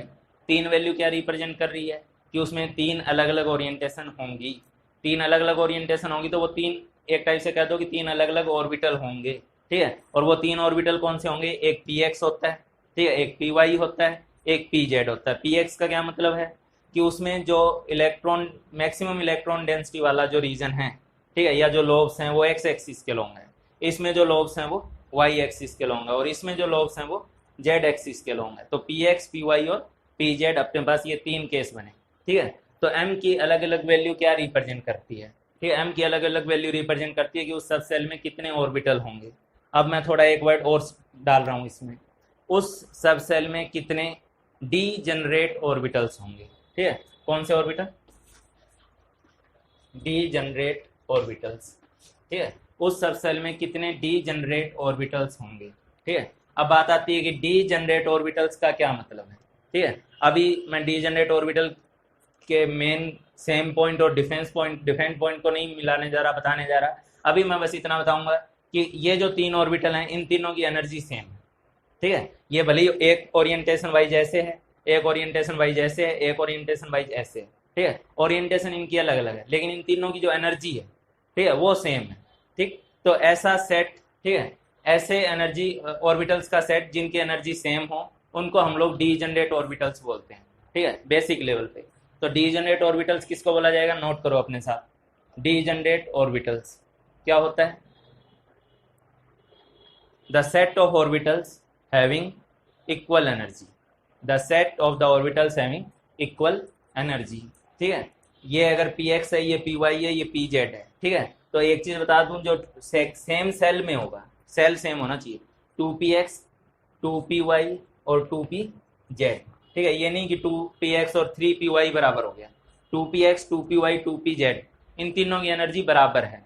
ठीक है, तो 3 ऑर्बिटल बने, तीनों एनर्जी वाइज इक्वल बने, और क्योंकि इक्वल है इसलिए हम लोग इनको कौन सा ऑर्बिटल बोलेंगे, डी जनरेट ऑर्बिटल्स। ठीक है, तो m की वैल्यूज क्या रिप्रेजेंट करती है, m की जो डिफरेंट वैल्यूज होती है वो number of orbitals, number of D generate orbitals को रिप्रेजेंट करती है जो गिवन सब सेल में होंगे। ठीक है, L बराबर 1 था, L बराबर 3 था, 3 का मतलब उस सब सेल में 3 इक्वल एनर्जी के ऑर्बिटल होंगे, जिसका नाम भी मैंने क्लियर किया है, px py pz। 2px 2py 2pz की एनर्जी बराबर होगी। ठीक है, आगे चल के मैं आपसे ये डिस्कस करूंगा कि क्या ये हमेशा बराबर होगी, क्या ऑलवेज बराबर होगी, या कुछ कंडीशन में बराबर होती है, कुछ कंडीशन में अलग भी हो जाती है, वो मैं आपसे आगे डिस्कस करूंगा। ठीक है, लेकिन अभी सुनिए, डी जनरेट ऑर्बिटल्स क्या होते हैं, the set of the orbitals having equal energy. ठीक है, एम की डिफरेंट वैल्यूज क्या रिप्रेजेंट करती है, नंबर ऑफ ओरिएंटेशन, या बोल दो number of D generate orbitals present in that sub shell. ठीक है, चलो अब आगे देखिए इसमें,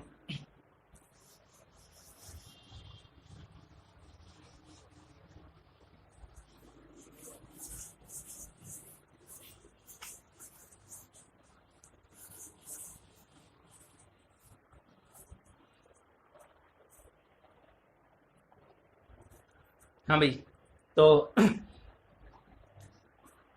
आप लोगों ने क्या लिखा, ठीक है, वो चीज़ अपनी कॉपी पे नोट करिए, different values of m for a given value of l, different values of m for a given value of l gives the number of degenerate orbitals gives the number of degenerate orbitals present in that subcell, present in that subcell। उस subshell में कितने orbital होंगे उसका number बताता है हमारे को, m की जो अलग अलग वैल्यू आ रही है, ठीक है।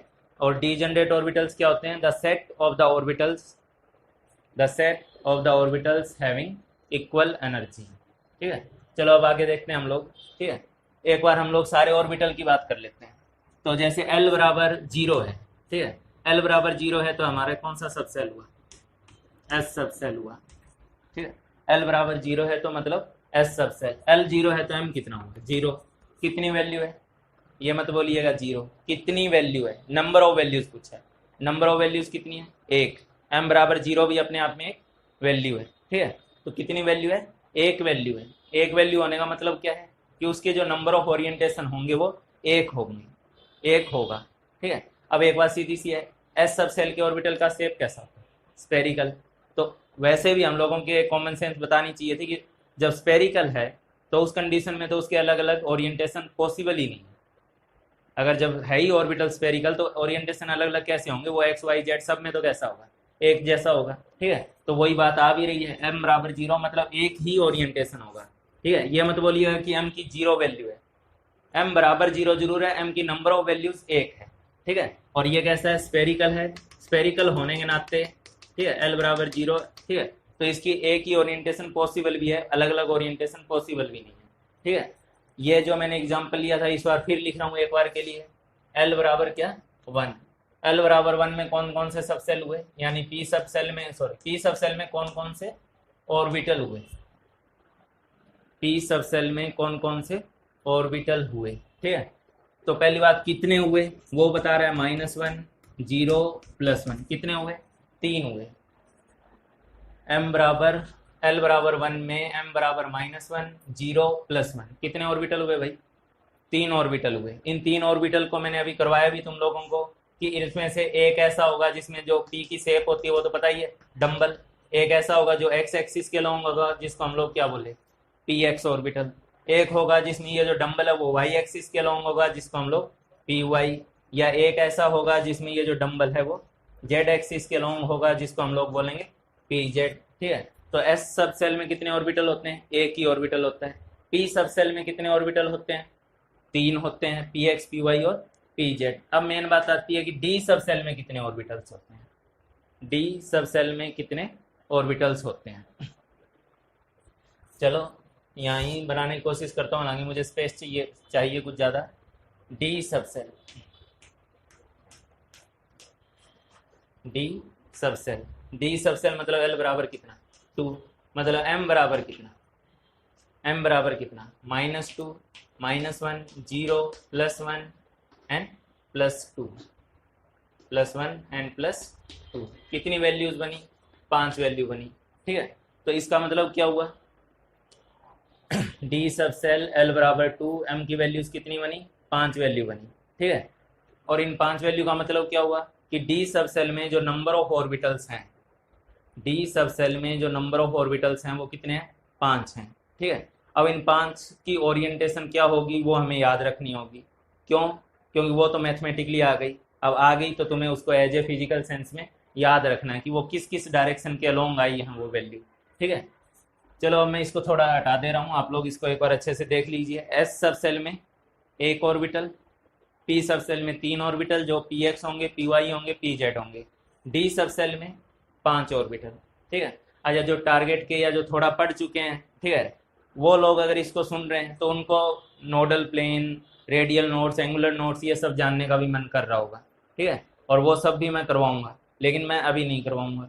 अभी मेरा काम है कि मैं पहले इतना बता दूं कि मैं तुम लोगों को, आप लोगों को इलेक्ट्रॉनिक कन्फिग्रेशन करवा सकूँ, ठीक है। नोडल प्लेन वगैरह बताऊंगा और इतने अच्छे से बताऊंगा कि कभी भूलोगे नहीं, ठीक है। लेकिन उससे पहले जस्ट मेरे को आप लोग इलेक्ट्रॉनिक कन्फिग्रेशन बच्चों को अच्छे से क्लियर कर लेने दो, ठीक है। जो बच्चे बिल्कुल बिगिनर हैं कंपटीशन के पॉइंट ऑफ व्यू से, अगर वो बोर्ड लेवल का पढ़ के भी गए हैं तब भी उनको प्रॉपरली मैं 100% जानता, प्रॉपरली वो इलेक्ट्रॉनिक कन्फिग्रेशन बहुत सी चीज़ों का नहीं लिख पाएंगे, ठीक है। क्लास सुनते जाओ, बेसिक है, लेकिन थोड़ी देर टाइम बाद ये बेसिक आपको अचानक इतना लेवल उठा दूंगा मैं कि आप अच्छे अच्छे बड़े बड़े हायर नंबर का इलेक्ट्रॉनिक कन्फिग्रेशन भी बड़े आराम से लिखोगे, समझोगे, मजा आएगा आपको, ठीक है। मैं आज की जो पहला लेक्चर है, सीधी सी बात है, पहला लेक्चर बच्चों को ज़्यादातर बोरिंग लगता है।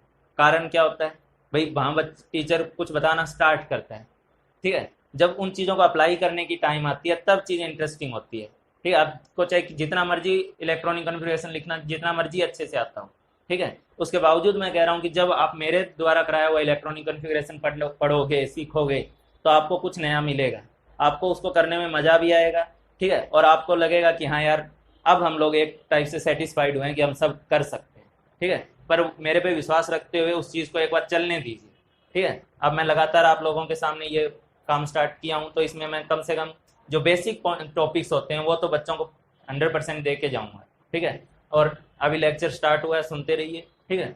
तो ये लेक्चर में आप लोगों को जो है सिर्फ क्वांटम नंबर का एक आइडिया दे रहा हूँ, ठीक है। ऑर्बिटल का आइडिया दिया मैंने तुम लोगों को, ऑर्बिटल को हम लोग लोकेट करने गए, तो लोकेट करने के लिए 3 क्वांटम नंबर की जरूरत पड़ी। वो 3 क्वांटम नंबर में प्रिंसिपल क्वांटम नंबर ने हमें ये बताया कि कौन सा सेल है, एजीमुथल ने हमें बताया कि कौन सा सब सेल है, ठीक है। एजीमुथल ने ये भी क्लियर कर दिया कि उस सब सेल में जो ऑर्बिटल है उसकी शेप क्या है।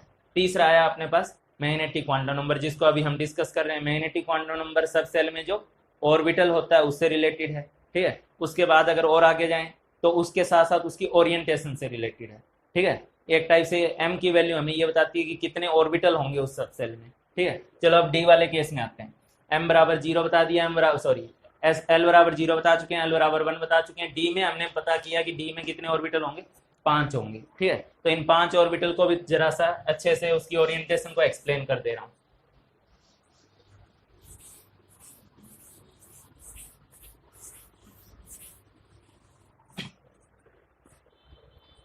हाँ भाई, तो 5 ऑर्बिटल की जो ओरिएंटेशन है उसको भी मैं 2 पार्ट में तोड़ के एक्सप्लेन कर रहा हूँ।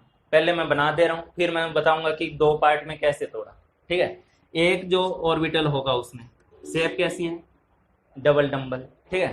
तो डबल डंबल शेप है, तो डबल डंबल में अगर मैं ये एक्स एक्सिस ले रहा हूँ, ये वाई ले रहा हूँ, ठीक है, तो वो जो डबल डंबल है वो एक्स एक्सिस और वाई एक्सिस से 45 डिग्री एंगल बनाते हुए है, मतलब सीधी सी बात बिटवीन द एक्सिस है, ठीक है। तो डबल डंबल है, लेकिन वो डंबल किस लोब्स किस साइड है या डंबल किस साइड है, 45 डिग्री एंगल बना के बिटवीन द एक्सिस है, ठीक है।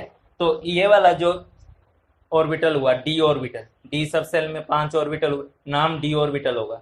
पी सब सेल में 3 ऑर्बिटल होंगे, पी ऑर्बिटल, ठीक है। तो ये जो डी ऑर्बिटल है इसका नाम हुआ डी एक्स वाई, ठीक है। ये जो डी ऑर्बिटल है, इस डी ऑर्बिटल का नाम हुआ डी एक्स वाई, ठीक है। अच्छा, क्यों क्यों बस अभी तो इतना ध्यान दे लो कि एक्स वाई एक्सिस के बीच में इसके लोब्स हैं, ठीक है। एक केस होगा इसमें, अब क्योंकि मैं जेड एक्सिस तो यहाँ बोर्ड पे बना नहीं सकता, डायरेक्टली आर पार होता हुआ दिखा नहीं सकता, तो मेरी मजबूरी है, तो मैं उस चीज़ की वजह से इसी में ऑर्बिट जो एक्सिस थे उसके नाम बदल बदल के लिख दे रहा हूँ, वाई एंड जेड, ठीक है। तो वाई एंड जेड को अगर मैं लेके चल रहा हूँ, सॉरी, ठीक है, उसमें जो लोब्स होंगे, जो डंबल होगा वो होगा 45 डिग्री एंगल पे वाई और जेड के साथ, between the y z axis, y और जेड एक्सिस के बीच में होगा, ठीक है। इस वाले का नाम हम लोग लिखेंगे डी वाई जेड, ठीक है। इस वाले का नाम हम लोग लिखेंगे डी वाई जेड, ठीक है। अच्छा, अब आगे देखिए, हम लोग एक और काम करते हैं। ये हमने लिखा, ये हमारे लिए मान लीजिए है जेड एक्सिस, ये है एक्स एक्सिस, ठीक है। तो इस केस में जो ऑर्बिटल ले रहा हूँ मैं, लोब्स ले रहा हूँ, ये लोब्स जो हैं वो बिटवीन द एक्सिस हैं पहले की तरह, लेकिन किस किस के बीच में, जेड और एक्स एक्सिस के बीच में, ठीक है। इसमें भी लोब्स बिटवीन द एक्सिस हैं, लेकिन किस किस के बीच में, जेड और एक्स एक्सिस के बीच में, ठीक है। इसका जो नाम हुआ ये हुआ तुम्हारे लिए डी जेड एक्स, ठीक है। इसका जो नाम हुआ वो हुआ डी जेड एक्स, ठीक है। चलो, तो ये 3 ऑर्बिटल को मैंने एक साइड रखा है, क्यों रखा है उसको बता रहा हूँ, ठीक है। 5 ऑर्बिटल हैं, 3 ऐसे होंगे जहाँ पे लोब्स बिटवीन द एक्सिस होंगे, एक डी एक्स वाई, जिसका मतलब जो लोब्स हैं वो एक्स एक्सिस और वाई एक्सिस के बीच में होंगे। तुमसे पूछा जाए इलेक्ट्रॉन मिलने की मैक्सिमम प्रोबेबिलिटी कहाँ होगी, तो आप लोग बोलोगे एक्स और वाई के बीच में, यानी 45 डिग्री एंगल पे इलेक्ट्रॉन मिलने की मैक्सिमम प्रोबेबिलिटी होगी। मैक्सिमम प्रोबेबिलिटी उसी एंगल पे या इस लाइन पे या इस एक्सिस पे मैक्सिमम है, ठीक है। डी वाई जेड में वाई और जेड एक्सिस के बीच में होंगे, डी जेड एक्स में जेड और एक्स के बीच में मैक्सिमम होंगे, ठीक है। अब आगे देखिए, अपने करते हैं बाकी जो 2 ऑर्बिटल और बच गए हमारे लिए, ठीक है। उन 2 ऑर्बिटल का क्या सीन है, जो 2 ऑर्बिटल और बच गए उनका क्या सीन है, ठीक है। यहाँ पे ऑर्बिटल कहाँ थे या लोब्स कहाँ थे, बिटवीन द एक्सिस। ठीक है, अब जो दो की बात करने जा रहा हूँ, ठीक है, एक तो मैं यहाँ बना दे रहा हूँ, उसके अंदर ये एक्स एक्सिस, ये वाई एक्सिस। ठीक है, तो इस केस में अगर ऑर्बिटल्स जो हैं, लोब्स जो हैं, सॉरी लोब्स, वो कहाँ है, एक्स और वाई एक्सिस के अलोंग है। ठीक है, बीच में नहीं है, बल्कि क्या है, along, along the x axis and y axis. ठीक है, तो अगर along the x axis y axis है तो इसका जो नाम है, ठीक है, वो है d x square minus y square. ठीक है, अच्छा मैं बता दूं, d x square minus y square वगैरह लिखने का भी कुछ पर्पज होता है, वो भी समझा दूंगा एटॉमिक स्ट्रक्चर वाले पार्ट में। ठीक है, जब मैं क्वांटम मॉडल प्रॉपरली चीज़ों को लेके चलूंगा, वहाँ पे मैं तुम लोगों को नोट्स भी पढ़ाऊंगा, एंगुलर नोड, रेडियल नोड वगैरह जो भी हैं। ठीक है, उस वो सब डिस्कस होंगे। D x square minus y square ये एक केस हुआ हमारे लिए जहाँ पे लोब्स कहाँ हैं, अलोंग द एक्सिस हैं। ठीक है, अच्छा एक ऑर्बिटल और बच रहा है हमारे लिए, पांचवा, उसकी ओरिएंटेशन क्या होगी। ठीक है, अब उसके लिए मैं आप लोगों को बोलना चाहूँगा कि उसकी ऑर्बिटल इन बाकी चार से कुछ डिफरेंट भी होती है। ठीक है, वैसे तो हम लोग बोल रहे थे कि एक सेल में, एक सब सेल में जितने ऑर्बिटल होते हैं वो सेम शेप के होते हैं, सेम एनर्जी के होते हैं, एनर्जी तो उसकी भी सेम है, लेकिन उसकी शेप में थोड़ा सा फर्क है कुछ। ठीक है, क्या डिफरेंस है उसको देखिए। हम लोग जो पांचवा डी ऑर्बिटल बना रहे हैं, ठीक है, वो कैसा होगा, अगर ये वाला एक्सिस जो है, सही चल नहीं रहा है,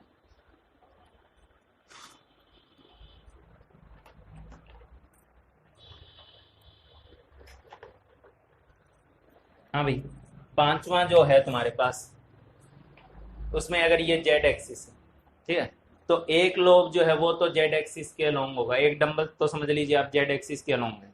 ठीक है, लेकिन दूसरा डंबल होता ही नहीं, इसमें सेकंड डंबल होता ही नहीं है।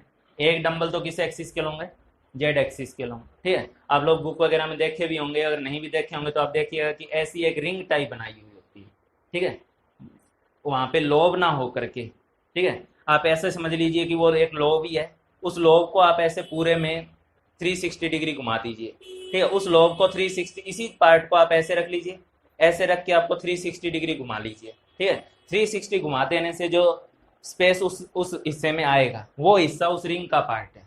ठीक है, एक लोब बना लीजिए यहाँ पे, उस लोब को आप 360 एंगल पे घुमा लीजिए। ठीक है, तो उस हिस्से में, उस रीजन में जो जो पार्ट बनेगा, एक जो रिंग टाइप बनेगी, ठीक है, वो रिंग यहाँ पे हम लोग शो करते हैं। तो हम कहते हैं कि डी जेड में, सॉरी, एक जो पांचवा डी जिसकी बात चल रही है, उसमें जो लोब्स हैं, तो उसमें दो लोब, यानी एक पूरा डंबल तो जेड एक्सिस के अलोंग होता है, दूसरा डंबल ना होके उस डंबल से एक रिंग जनरेट होती है। ठीक है, वो रिंग शेप में होता है। ठीक है, इसको हम लोग एक और नाम से बोलते हैं बेबी सूथर, थोड़ा मुझे प्रोनाउंस करने में दिक्कत होती है चीज़ों को, बेबी सूथर। ठीक है, तो बेबी सूथर में क्या, जो बच्चों को निप्पल से दूध वगैरह पिलाते हैं हम लोग, ठीक है, तो ये वाला पार्ट आप मान के चलिए कि ये वो निप्पल वाला पार्ट है। ठीक है, ये वो निप्पल वाला पार्ट है जिससे हम लोग बोतल को, ढक्कन को कवर कर रहे हैं। ठीक है, ये उसका दूध पीने वाला रीजन है। ठीक है, तो उसी तरीके से अगर मैं दूसरा साइड भी, दो निप्पल ले लूँ इस टाइप की, और उसको दूसरे साइड से अगर मैं कवर कर दूँ, ठीक है, और उनको दोनों को जोड़ दूँ, तो यहाँ आप समझ रहे हो कैसा शेप बनेगा, एक रिंग शेप बनेगा। ठीक है, वो जो पार्ट जिससे हम लोग उसका मुंह बंद कर रहे थे, कवर कर रहे थे, वो चीज़ ये है, दूसरा हिस्सा भी उसी के सामने अपोजिट से लाके जोड़ दिया। ठीक है, तो जोड़ने से जो रिंग बनी वो तो ये हिस्सा है, रिंग वाला पार्ट, और वो जो दोनों लोब्स बने, वो लोब्स ने ये जेड एक्सिस के लॉन्ग हो गए। ठीक है, तो इसको बेबी सूथर कर्व भी बोलते हैं। ठीक है, तो डी जेड, इसका हम लोग नाम क्या देते हैं, क्योंकि इसमें लोब्स जो है वो केवल जेड एक्सिस के लॉन्ग है। ठीक है, यहाँ पे लोब्स नहीं है, यहाँ पे लोब की बजाय रिंग है, और रिंग किस में है, एक्स वाई प्लेन में। क्यों, अगर ये जेड एक्सिस है, ये वाला खड़े वाला एक्सिस जेड एक्सिस है, तो मेरी हथेली कौन सा प्लेन है, एक्स वाई। ठीक है, ये मान लो अंगूठा एक्स एक्सिस है, ये मान लो वाई एक्सिस है। ठीक है, तो ये हथेली एक्स वाई एक्सिस है, सॉरी एक्स वाई प्लेन है, तो उस प्लेन के अंदर ऐसे एक रिंग बन रही है घूमते हुए। ठीक है, तो जेड एक्सिस और प्लेन के अंदर, एक्स वाई प्लेन के अंदर क्या है, एक रिंग, ये शेप होती है इस पांचवें ऑर्बिटल की, जिसको हम लोग बोलते क्या है, डी जेड स्क्वायर। ठीक है, तो इसको थोड़ा अलग होता है, इसलिए थोड़ा अलग से बताना पड़ा, बाकी तो डबल डंबल है, नॉर्मल बता दिए। ठीक है, कौन कौन से केस हुए आप लोगों के पास, 3 केस ऐसे हुए जहाँ पे लोब्स कहाँ हैं, बिटवीन द एक्सिस है। ठीक है, 2 केस ऐसे हुए जहाँ पे लोब्स कहाँ हैं, अलोंग द एक्सिस है। ठीक है, 3 केस ऐसे हुए जहाँ पे लोब्स कहाँ हैं, बिटवीन द एक्सिस है। 2 केस ऐसे हुए जहाँ का लोब्स अलोंग द एक्सिस है। ठीक है, तो इसलिए मैंने इसको 2 हिस्सों में तोड़ा था। इसको अब ऊपर अगर स्पेस है तो ऊपर से लिख लीजिएगा, नीचे लिख लीजिएगा। ठीक है, थ्री डी ऑर्बिटल्स, थ्री मतलब थ्री डी वैसे नहीं, ठीक है, इन डी ऑर्बिटल्स या डी सबसेल ऐसे लिख लेना, in d subshell three orbitals have lobes between the axis, ठीक है, in d subshell three orbitals have lobes between the axis, लिख रहे हो, in d subshell three orbitals have lobes between the axis, इसमें लिखोगे in d subshell two orbitals have lobes along the axis, two orbitals have lobes along the axis, ठीक है, तो d वाला हो गया d x y, d y z और d z x, ठीक है, और जो अलोंग द एक्सिस वाले हैं वो हो गए d x square minus y square और डी जेड स्क्वायर, ठीक है। एस सब सेल में एक ऑर्बिटल बना जो कि स्फेरिकल था, उसकी ओरिएंटेशन भी स्फेरिकल ही है, एक ही रहेगी, ठीक है। पी सब सेल में तीन ऑर्बिटल थे और उनकी जो ओरिएंटेशन है उसके आधार पे वो पी एक्स कहलाया, पी वाई कहलाया, पी जेड कहलाया, ठीक है। डी सब सेल में जो ऑर्बिटल्स हैं उनकी जो ओरिएंटेशन है, पहली बात तो 5 ऑर्बिटल हैं, उसमें से उसको 3 और 2 में तोड़ के याद करो, 3 वो ऑर्बिटल होंगे जहाँ पे लोब्स कहाँ होंगे, बिटवीन द एक्सिस होंगे, 2 वो होंगे जहाँ पे लोब्स कहाँ होंगे, अलोंग द एक्सिस होंगे, बिटवीन द एक्सिस वाले d x y, y z, d z x, ठीक है, between the x along the axis वाले d x square minus y square and d z square, ठीक है। चलो अब अपने इसको हटाते हैं।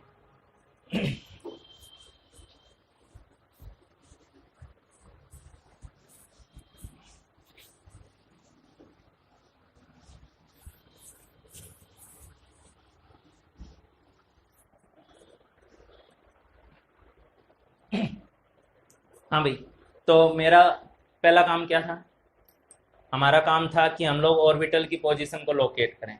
पोजीशन को लोकेट करने के लिए हमने 3 क्वांटम नंबर की हेल्प ली, ठीक है। ये तीनों क्वांटम नंबर कहाँ से आए, एक मैंने बोला मैथमेटिकल इक्वेशन है, नाम के लिए बता दे रहा हूँ, स्क्रोडिंगर वेव इक्वेशन है, उसके सॉल्यूशन से आए। इन तीनों क्वांटम नंबर का काम क्या है, ये तीनों क्वांटम नंबर ऑर्बिटल के पोस्टल एड्रेस की फॉर्म में काम करते हैं, उसका पोस्टल एड्रेस बताते हैं कि किस सेल में है, किस सब सेल में है और कौन सी ओरिएंटेशन पे है, ठीक है। मतलब घर का एड्रेस जैसे देना है, सिटी, कॉलोनी, हाउस, वैसे ये काम करते हैं, ठीक है। तो हमने यहाँ पे 3 क्वांटम नंबर से ऑर्बिटल की पोजीशन को जस्ट क्या किया, लोकेट किया, ठीक है। अच्छा, अभी एक बार फिर पूरा लिख दे रहा हूँ इसको। एक बात बताइए, जैसे सब सेल, ठीक है, सब सेल तो उसका कुछ एल भी होगा, ठीक है, सब सेल जिसके ब्रैकेट में उसका एल भी लिख देंगे हम लोग, ठीक है, या यहाँ ही लिख दे रहा हूँ एल, और नंबर ऑफ ऑर्बिटल्स, ठीक है, सब सेल जिसके सामने नंबर ऑफ ऑर्बिटल लिख रहा हूँ। एल बराबर 0 जब था, ठीक है, एल बराबर 0 मतलब कौन सा, एस सब सेल, कितने ऑर्बिटल थे, इसको अभी से याद करोगे 11th वाले। एस सब सेल में कितने ऑर्बिटल थे, 1, ठीक है, क्योंकि m की वैल्यू 1 थी, ठीक है। एल बराबर 1 में कितने ऑर्बिटल्स थे, एल बराबर 1 मतलब पी सब सेल, कौन कौन से थे बताओगे, m बराबर -1, 0 + 1, कितने ऑर्बिटल थे, 3 थे, ठीक है। एल बराबर 2 यानी डी सब सेल, डी सब सेल में नंबर ऑफ ऑर्बिटल कितने थे, 5 थे, क्यों, -2 -1 0 +1 +2 5 थे, ठीक है। उसके बाद देखो यहाँ पे एल बराबर 3, एफ सब सेल, एल बराबर 3 एफ सब सेल, इसमें कितने ऑर्बिटल्स थे, इसमें 7 होंगे, क्यों, -3 -2 -1 0 +1 +2 +3, कितने हुए, 7 हुए, ठीक है। तो नंबर ऑफ ऑर्बिटल इसमें हुए 7। अच्छा, मैं इसको अगर यहीं पे जनरलाइज करके लिखूं तो किसी सब सेल जिसका एल है, ठीक है, तो उसमें नंबर ऑफ ऑर्बिटल्स 2l + 1 होंगे, सीधी सी बात है। -l से 0 तक l हो गए, फिर 0 से l तक फिर l हो गए, और 0 को इंक्लूड करोगे तो वो एक और बढ़ जाएगा, मतलब -l से 0 तक आने में, मतलब -l से -1 आने में, और 1 से l जाने में l और l 2l हो गया, और 0 को इंक्लूड करने पे वो 2l + 1 हो गया। या ऐसे ही देख लो, l0 तो 2l + 1, l0 रखोगे 1 आएगा, l1 रखोगे 3 आएगा, l2 रखोगे 5 आएगा, l3 रखोगे 7 आएगा, ठीक है।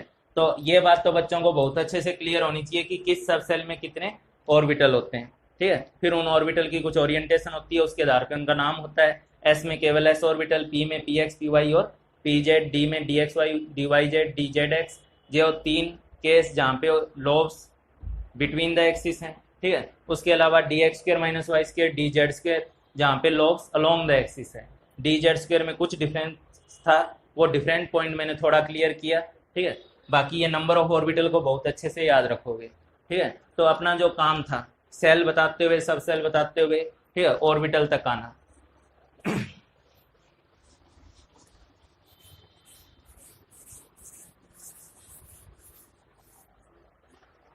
जैसे अब सीधी सी बात है, मैंने यहाँ पे लिखा क्या 3px, क्या बातें क्लियर है।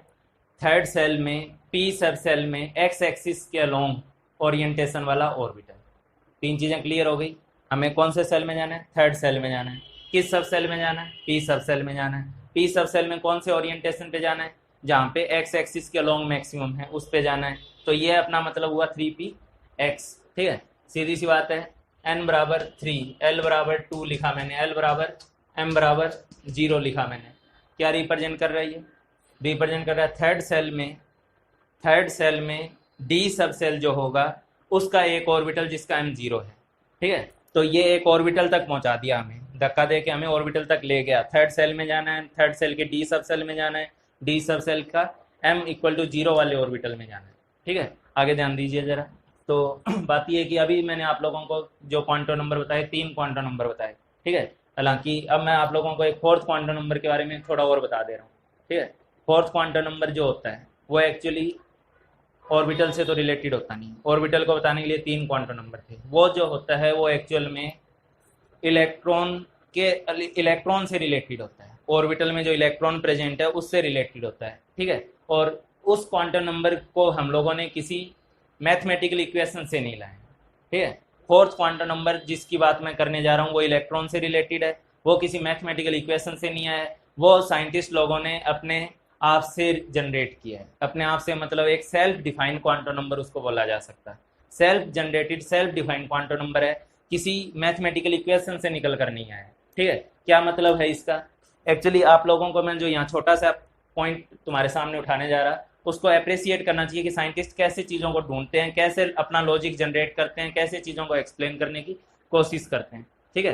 तो बात यह है कि कुछ एक एक्सपेरिमेंट था लोगों के सामने, ठीक है। इसको बहुत ज़्यादा समझ लो तो अच्छी बात है, ना भी समझ में आए तो चल जाएगा, ठीक है। एक एक्सपेरिमेंट था, इसमें मैं ये बताना चाह रहा हूँ कि साइंटिस्ट लोग किस लॉजिक पे चल रहे थे, ठीक है, या किस आधार पे उन्होंने ये फोर्थ क्वांटम नंबर अलग से डिफाइन किया, ठीक है। तो बात यह है कि उन्होंने एक एक्सपेरिमेंट किया। इस एक्सपेरिमेंट में उन्होंने नियॉन एटम्स को, ठीक है, नियॉन एटम्स को मैग्नेटिक फील्ड से पास किया, ठीक है। उस मैग्नेटिक फील्ड से पास करने पे कुछ नियॉन एटम एक पर्टिकुलर डायरेक्शन में और कुछ नियॉन एटम उसके बिल्कुल अपोजिट डायरेक्शन में डिफ्लेक्ट हुए। सॉरी, गलत बोल गए, यहाँ पे वही है कि नियॉन एटम को जब हम पास किए तो विदाउट डिफ्लेक्ट चले गए, कुछ नहीं हुआ, ठीक है। लेकिन उसके बाद अगर मैं बोलूँ आपको, ये वही मैग्नेटिक फील्ड लगाई हुई है हमने, इसी में हम लोगों ने जो सोडियम एटम्स हैं, वेपर एटम्स, सोडियम को वेपर स्टेट में ले जाके वेपर स्टेट में जो एटम्स हैं उन वेपर स्टेट एटम्स को हमने मैग्नेटिक फील्ड से पास किया।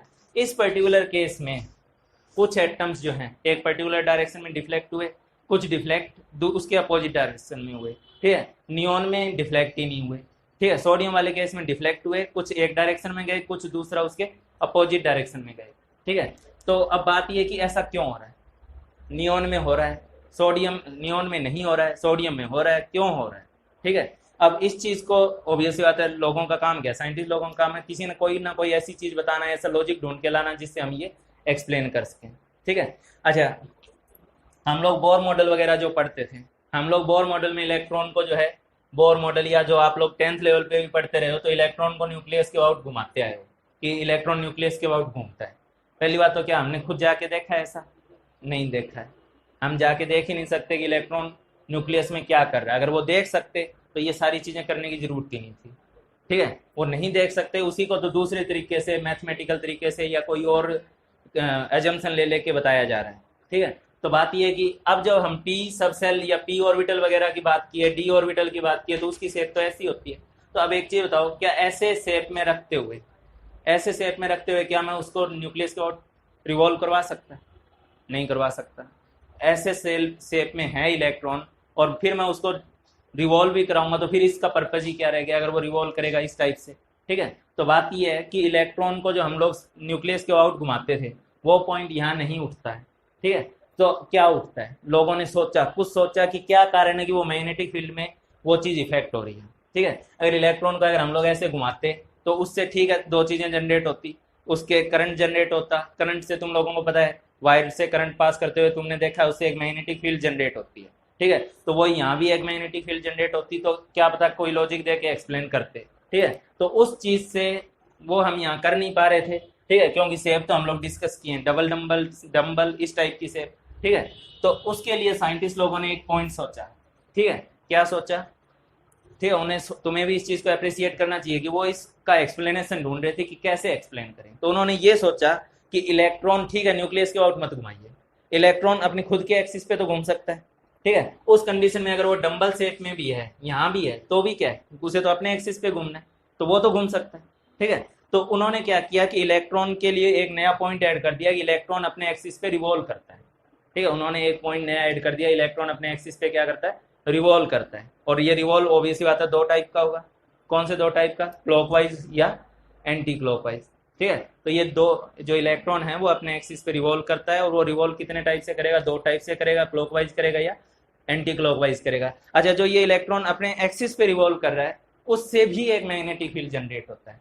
ठीक है, अच्छा बात ये है, तो मैग्नेटिक फील्ड इलेक्ट्रॉन तो इसमें भी है, इसमें भी है, तो यहाँ तो डायरेक्ट निकल गया, यहाँ तो नहीं निकला, यहाँ तो क्या हो रहा है, डिफ्लेक्ट हो रहा है, कुछ एक डायरेक्शन में गए, कुछ एक दूसरी डायरेक्शन में गए। ठीक है, तो उस चीज़ को भी फिर अब अगर हमने दो दो टाइप की स्पिन अगर हमने अज्यूम करी है, ठीक है, क्लॉकवाइज एंटी क्लॉकवाइज, तो हम तो इस पॉइंट को बड़े आराम से एक्सप्लेन कर सकते हैं। कैसे, इसमें इलेक्ट्रॉन है 10 और 10 इलेक्ट्रॉन है, तो 10 को तो हम लोग ऑब्वियस सी बात है किस फॉर्म में लिख सकते हैं, पेयर की फॉर्म में लिख सकते हैं। पेयर की फॉर्म में मतलब क्लॉकवाइज वाले को एंटी क्लॉकवाइज वाला कैंसिल कर रहा है, क्लॉकवाइज वाले को एंटी क्लॉकवाइज वाला कैंसिल कर रहा है, तो जो 5 थे वो 5 बाकी 5 को क्या कर दिया, स्पिन के इफेक्ट को, मैग्नेटिक इफेक्ट को कैंसिल कर दिया, जिस कारण से अगर ये गया भी तो कोई इफेक्ट नहीं पड़ा। सोडियम में कितने इलेक्ट्रॉन है, 11 इलेक्ट्रॉन है। ठीक है, तो अगर 11 इलेक्ट्रॉन है तो क्या 11 इलेक्ट्रॉन एक दूसरे की स्पिन को पूरा कैंसिल कर पाएंगे, कभी नहीं कर पाएंगे। ठीक है, 11 है, ठीक है, तो 10 तो क्या पता 5-5 का पेयर बना के एक दूसरे को कैंसिल कर देंगे, जैसे यहाँ कैंसिल कर दिया, लेकिन एक 11वां इलेक्ट्रॉन तो बचेगा। वो 11वां इलेक्ट्रॉन कैसा भी हो सकता है, ठीक है, वो क्लॉकवाइज स्पिन वाला भी हो सकता है या वो एंटी क्लॉकवाइज स्पिन वाला भी हो सकता है, कैसा भी हो सकता है। ठीक है, तो उसी 11वें इलेक्ट्रॉन की वजह से एक नेट मैग्नेटिक मोमेंट बच रहा है, और उसी वजह से जब इसमें से ये सोडियम पास कर रहा है तो कुछ एक डायरेक्शन में गए, मान लो क्लॉकवाइज वाले इधर जाते हुए दिखा रहा हूँ, तो एंटी क्लॉकवाइज वाले उसके अपोजिट डायरेक्शन में गए। ठीक है, सब में क्लॉकवाइज वाला ही नहीं बचा, किसी में क्लॉकवाइज वाला है 11वां इलेक्ट्रॉन, किसी में एंटी क्लॉकवाइज वाला। बात सैंपल की हो रही है, सैंपल में बहुत सारे एटम है। ठीक है, तो कुछ सोडियम इधर निकल गए, कुछ सोडियम उसके अपोजिट डायरेक्शन में निकल गए। तो इस तरह से, इस लॉजिक से, ये स्पिन अज्यूम कर लेने से, फिर बोलूंगा जाके देखा नहीं है, अज्यूम किया है, ये स्पिन अज्यूम कर लेने से साइंटिस्ट लोग एटलीस्ट इस पॉइंट को एक्सप्लेन कर पाए कि नियोन में क्यों डायरेक्ट निकल गया, सोडियम में क्यों डिफ्लेक्ट हो गया। ठीक है, और ये चीज़ बहुत बड़ी थी और आगे हमारे लिए बहुत इंपॉर्टेंट काम आने वाली है। ठीक है, तो बात यह है कि हमने क्या बोला, साइंटिस्ट लोगों ने एक नया, इस एक्सपेरिमेंटल आधार पे एक नई एजम्पशन पाल ली, एक नई एजम्पशन दे दी कि इलेक्ट्रॉन अपने एक्सिस पे रहते हुए क्या करता है, स्पिन करता है। उसमें इलेक्ट्रॉन को न्यूक्लियस के और घुमाने की बात नहीं कर रहा हूँ, वहाँ एक्सिस, इलेक्ट्रॉन अपने खुद के एक्सिस पे रिवॉल्व कर रहा है, उसकी बात हो रही है, जो कि क्लॉकवाइज होगा और जो कि एंटी क्लॉकवाइज होगा। वो डंबल में रहते हुए भी क्लॉकवाइज हो सकता हो, एंटी क्लॉकवाइज हो सकता है। ठीक है, तो अब आप लोग एक फोर्थ क्वांटम नंबर के बारे में लिखिए। ठीक है, और उसको लिख के हम लोग आज के लिए इसे खत्म करेंगे, फिर नेक्स्ट वीडियो लेक्चर आज जल्दी ही अपलोड करेंगे। ठीक है, जिसमें मैं इलेक्ट्रॉनिक कन्फिग्रेशन लिखना सिखाऊंगा। ये अगर आप आ गया आप लोगों को, इसको एक बार देखिए, 2 बार देखिए, 3 बार देखिए, क्वांटम नंबर पहले अच्छे से सीख लीजिए। ठीक है, तो ये क्वांटम नंबर जो मैं अब लिखाने जा रहा हूँ वो है spin quantum number. Spin quantum number जिसको हम लोग रिप्रेजेंट करेंगे एस से। ठीक है, तो इसको लिख लीजिए, मैं बोल रहा हूँ। ठीक है, यहाँ लिखने पे वैसे भी मेरा यहाँ बोर्ड प्रेजेंटेशन सही नहीं जा रहा। ठीक है, तो इसको लिखिए, spin quantum number is related with the, ठीक है, related with the spin off electron, spin of electron about its own axis. Okay. Spin quantum number is related with the spin of electron about its own axis, which can be clockwise or anti-clockwise. Which can be clockwise और anti clockwise, दो type की spin है, ठीक है। और ऐसा मान लेने से एटलीस्ट हम एक बहुत इंपॉर्टेंट एक्सपेरिमेंट को एक्सप्लेन कर पाए जो मैंने अभी बताया, नियॉन वाला और सोडियम वाला, ठीक है। तो spin quantum number is related with the spin off electron about its own axis which can be clockwise और एंटी क्लॉकवाइज, ठीक है। चलो अब आगे देखिए।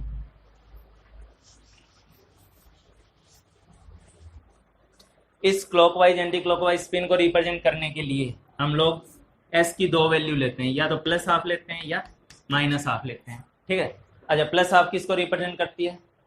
ये जब मैं टारगेट वाले बच्चों से भी पूछता हूँ, 11th वाले तो क्या पता सीख रहे हैं, टारगेट वाले कहीं ना कहीं तो सीख के आए होते हैं, तो उनसे भी पूछता हूँ तब भी वो बोलते हैं कि प्लस हाफ सर क्लॉकवाइज को, माइनस हाफ एंटी क्लॉकवाइज को। आईआईटी में इससे रिलेटेड एक क्वेश्चन आ चुका है, क्योंकि ये गलत फहमी है, ठीक है। प्लस हाफ कोई पर्टिकुलरली ये नहीं कि वो क्लॉकवाइज के लिए ही होगा, वो भी हमारी एजम्पशन पे है, ठीक है। हम प्लस हाफ को क्लॉकवाइज के लिए भी ले सकते हैं, प्लस हाफ को एंटी क्लॉकवाइज के लिए भी ले सकते हैं। बस इतना जरूर है कि अगर हमने क्लॉकवाइज को प्लस हाफ दिया तो एंटी क्लॉकवाइज को उस एटम में बाकी इलेक्ट्रॉन का कन्फिग्रेशन दिखाने में या ये क्वांटम नंबर लिखने में, अगर क्लॉकवाइज को प्लस दे चुके हैं तो एंटी क्लॉकवाइज वालों को माइनस देना होगा, और अगर एंटी क्लॉकवाइज वालों को प्लस दे चुके हैं तो क्लॉकवाइज वालों को माइनस देना होगा। ये कोई फिक्स नहीं है कि प्लस हाफ क्लॉकवाइज का ही होगा या माइनस हाफ जो है वो एंटी क्लॉकवाइज का ही होगा, ऐसा कोई फिक्स नहीं है, ठीक है। तो क्लॉकवाइज और एंटी क्लॉकवाइज स्पिन के करस्पॉन्डिंग आइदर हम प्लस हाफ वैल्यू यूज करते हैं और माइनस हाफ, ये दो वैल्यू यूज करते हैं। अच्छा, इलेक्ट्रॉन को हम लोग जब दिखाते हैं तो ऐसे दिखाने का मतलब हुआ, या उसी की वजह ऐसे भी दिखा देते हैं कुछ लोग, तो ऐसे दिखाने का मतलब हुआ कि इलेक्ट्रॉन विद पैरेलल स्पिन, ठीक है। ऐसे इलेक्ट्रॉन दिखाने का मतलब है कि इलेक्ट्रॉन विद पैरेलल स्पिन, ठीक है। और अगर हम लोग ऐसे दिखा रहे हैं तो इसका मतलब है इलेक्ट्रॉन विद अपोजिट स्पिन, ठीक है। Anti parallel spin, opposite spin. तो ये इलेक्ट्रॉन विद पैरेलल स्पिन का केस है, ये इलेक्ट्रॉन विद अपोजिट स्पिन का केस है, ठीक है। तो मैंने बताया तुम्हारे को स्पिन क्वांटम नंबर किससे रिलेटेड है, it is related with the spin off electron, orbital से रिलेटेड नहीं है। ऑर्बिटल में जो इलेक्ट्रॉन है उसमें अज्यूम किया गया कि वो दो तरीके से घूमेगा, रोटेट स्पिन करेगा, क्लॉकवाइज करेगा या एंटी क्लॉकवाइज, उससे रिलेटेड है, जो कि प्लस हाफ भी होगा या माइनस हाफ हो सकता है, ठीक है। अच्छा, ये स्पिन क्वांटम नंबर के बारे में एक बात और बताई थी जिससे रिलेटेड क्वेश्चन पूछा जाता है। स्पिन क्वांटम नंबर किसी मैथमेटिकल इक्वेशन से नहीं आया, स्क्रोडिंगर वेव इक्वेशन से नहीं आया, ठीक है। ये सेल्फ डिफाइंड क्वांटम नंबर होता है, ठीक है। इस बात को भी ध्यान रखोगे, ठीक है। तो एक तरीके से देखा जाए तो मैंने आप लोगों को क्वांटम नंबर का एक बेसिक आइडिया दिया है, ठीक है। Principal, azimuthal, magnetic, spin, 4 quantum number का आइडिया था। मेन ऑर्बिटल से रिलेटेड 3 होते हैं, इलेक्ट्रॉन से रिलेटेड कितने होते हैं? 4 होते हैं, ठीक है। अच्छा, अब अगली क्लास में जो आप लोगों के सामने वीडियो लेक्चर दूंगा, उस लेक्चर में मैं आप लोगों को इलेक्ट्रॉन, ऑर्बिटल तो बता दिया, ऑर्बिटल में इलेक्ट्रॉन को भरना कैसे है, filling of electron in the orbital, इसके बारे में बताऊंगा और बहुत अच्छे ढंग से बताऊंगा। वो क्लास आप जरूर देखिएगा, चाहे टारगेट के बच्चे हैं तो भी देखिएगा, ठीक है। पॉलीज रूल, अबाउ रूल, ठीक है, हुन्स रूल, इनको इतने अच्छे से एक्सप्लेन करूंगा कि आपको हमेशा के लिए दिमाग में बैठ जाएगी वो चीज़, ठीक है।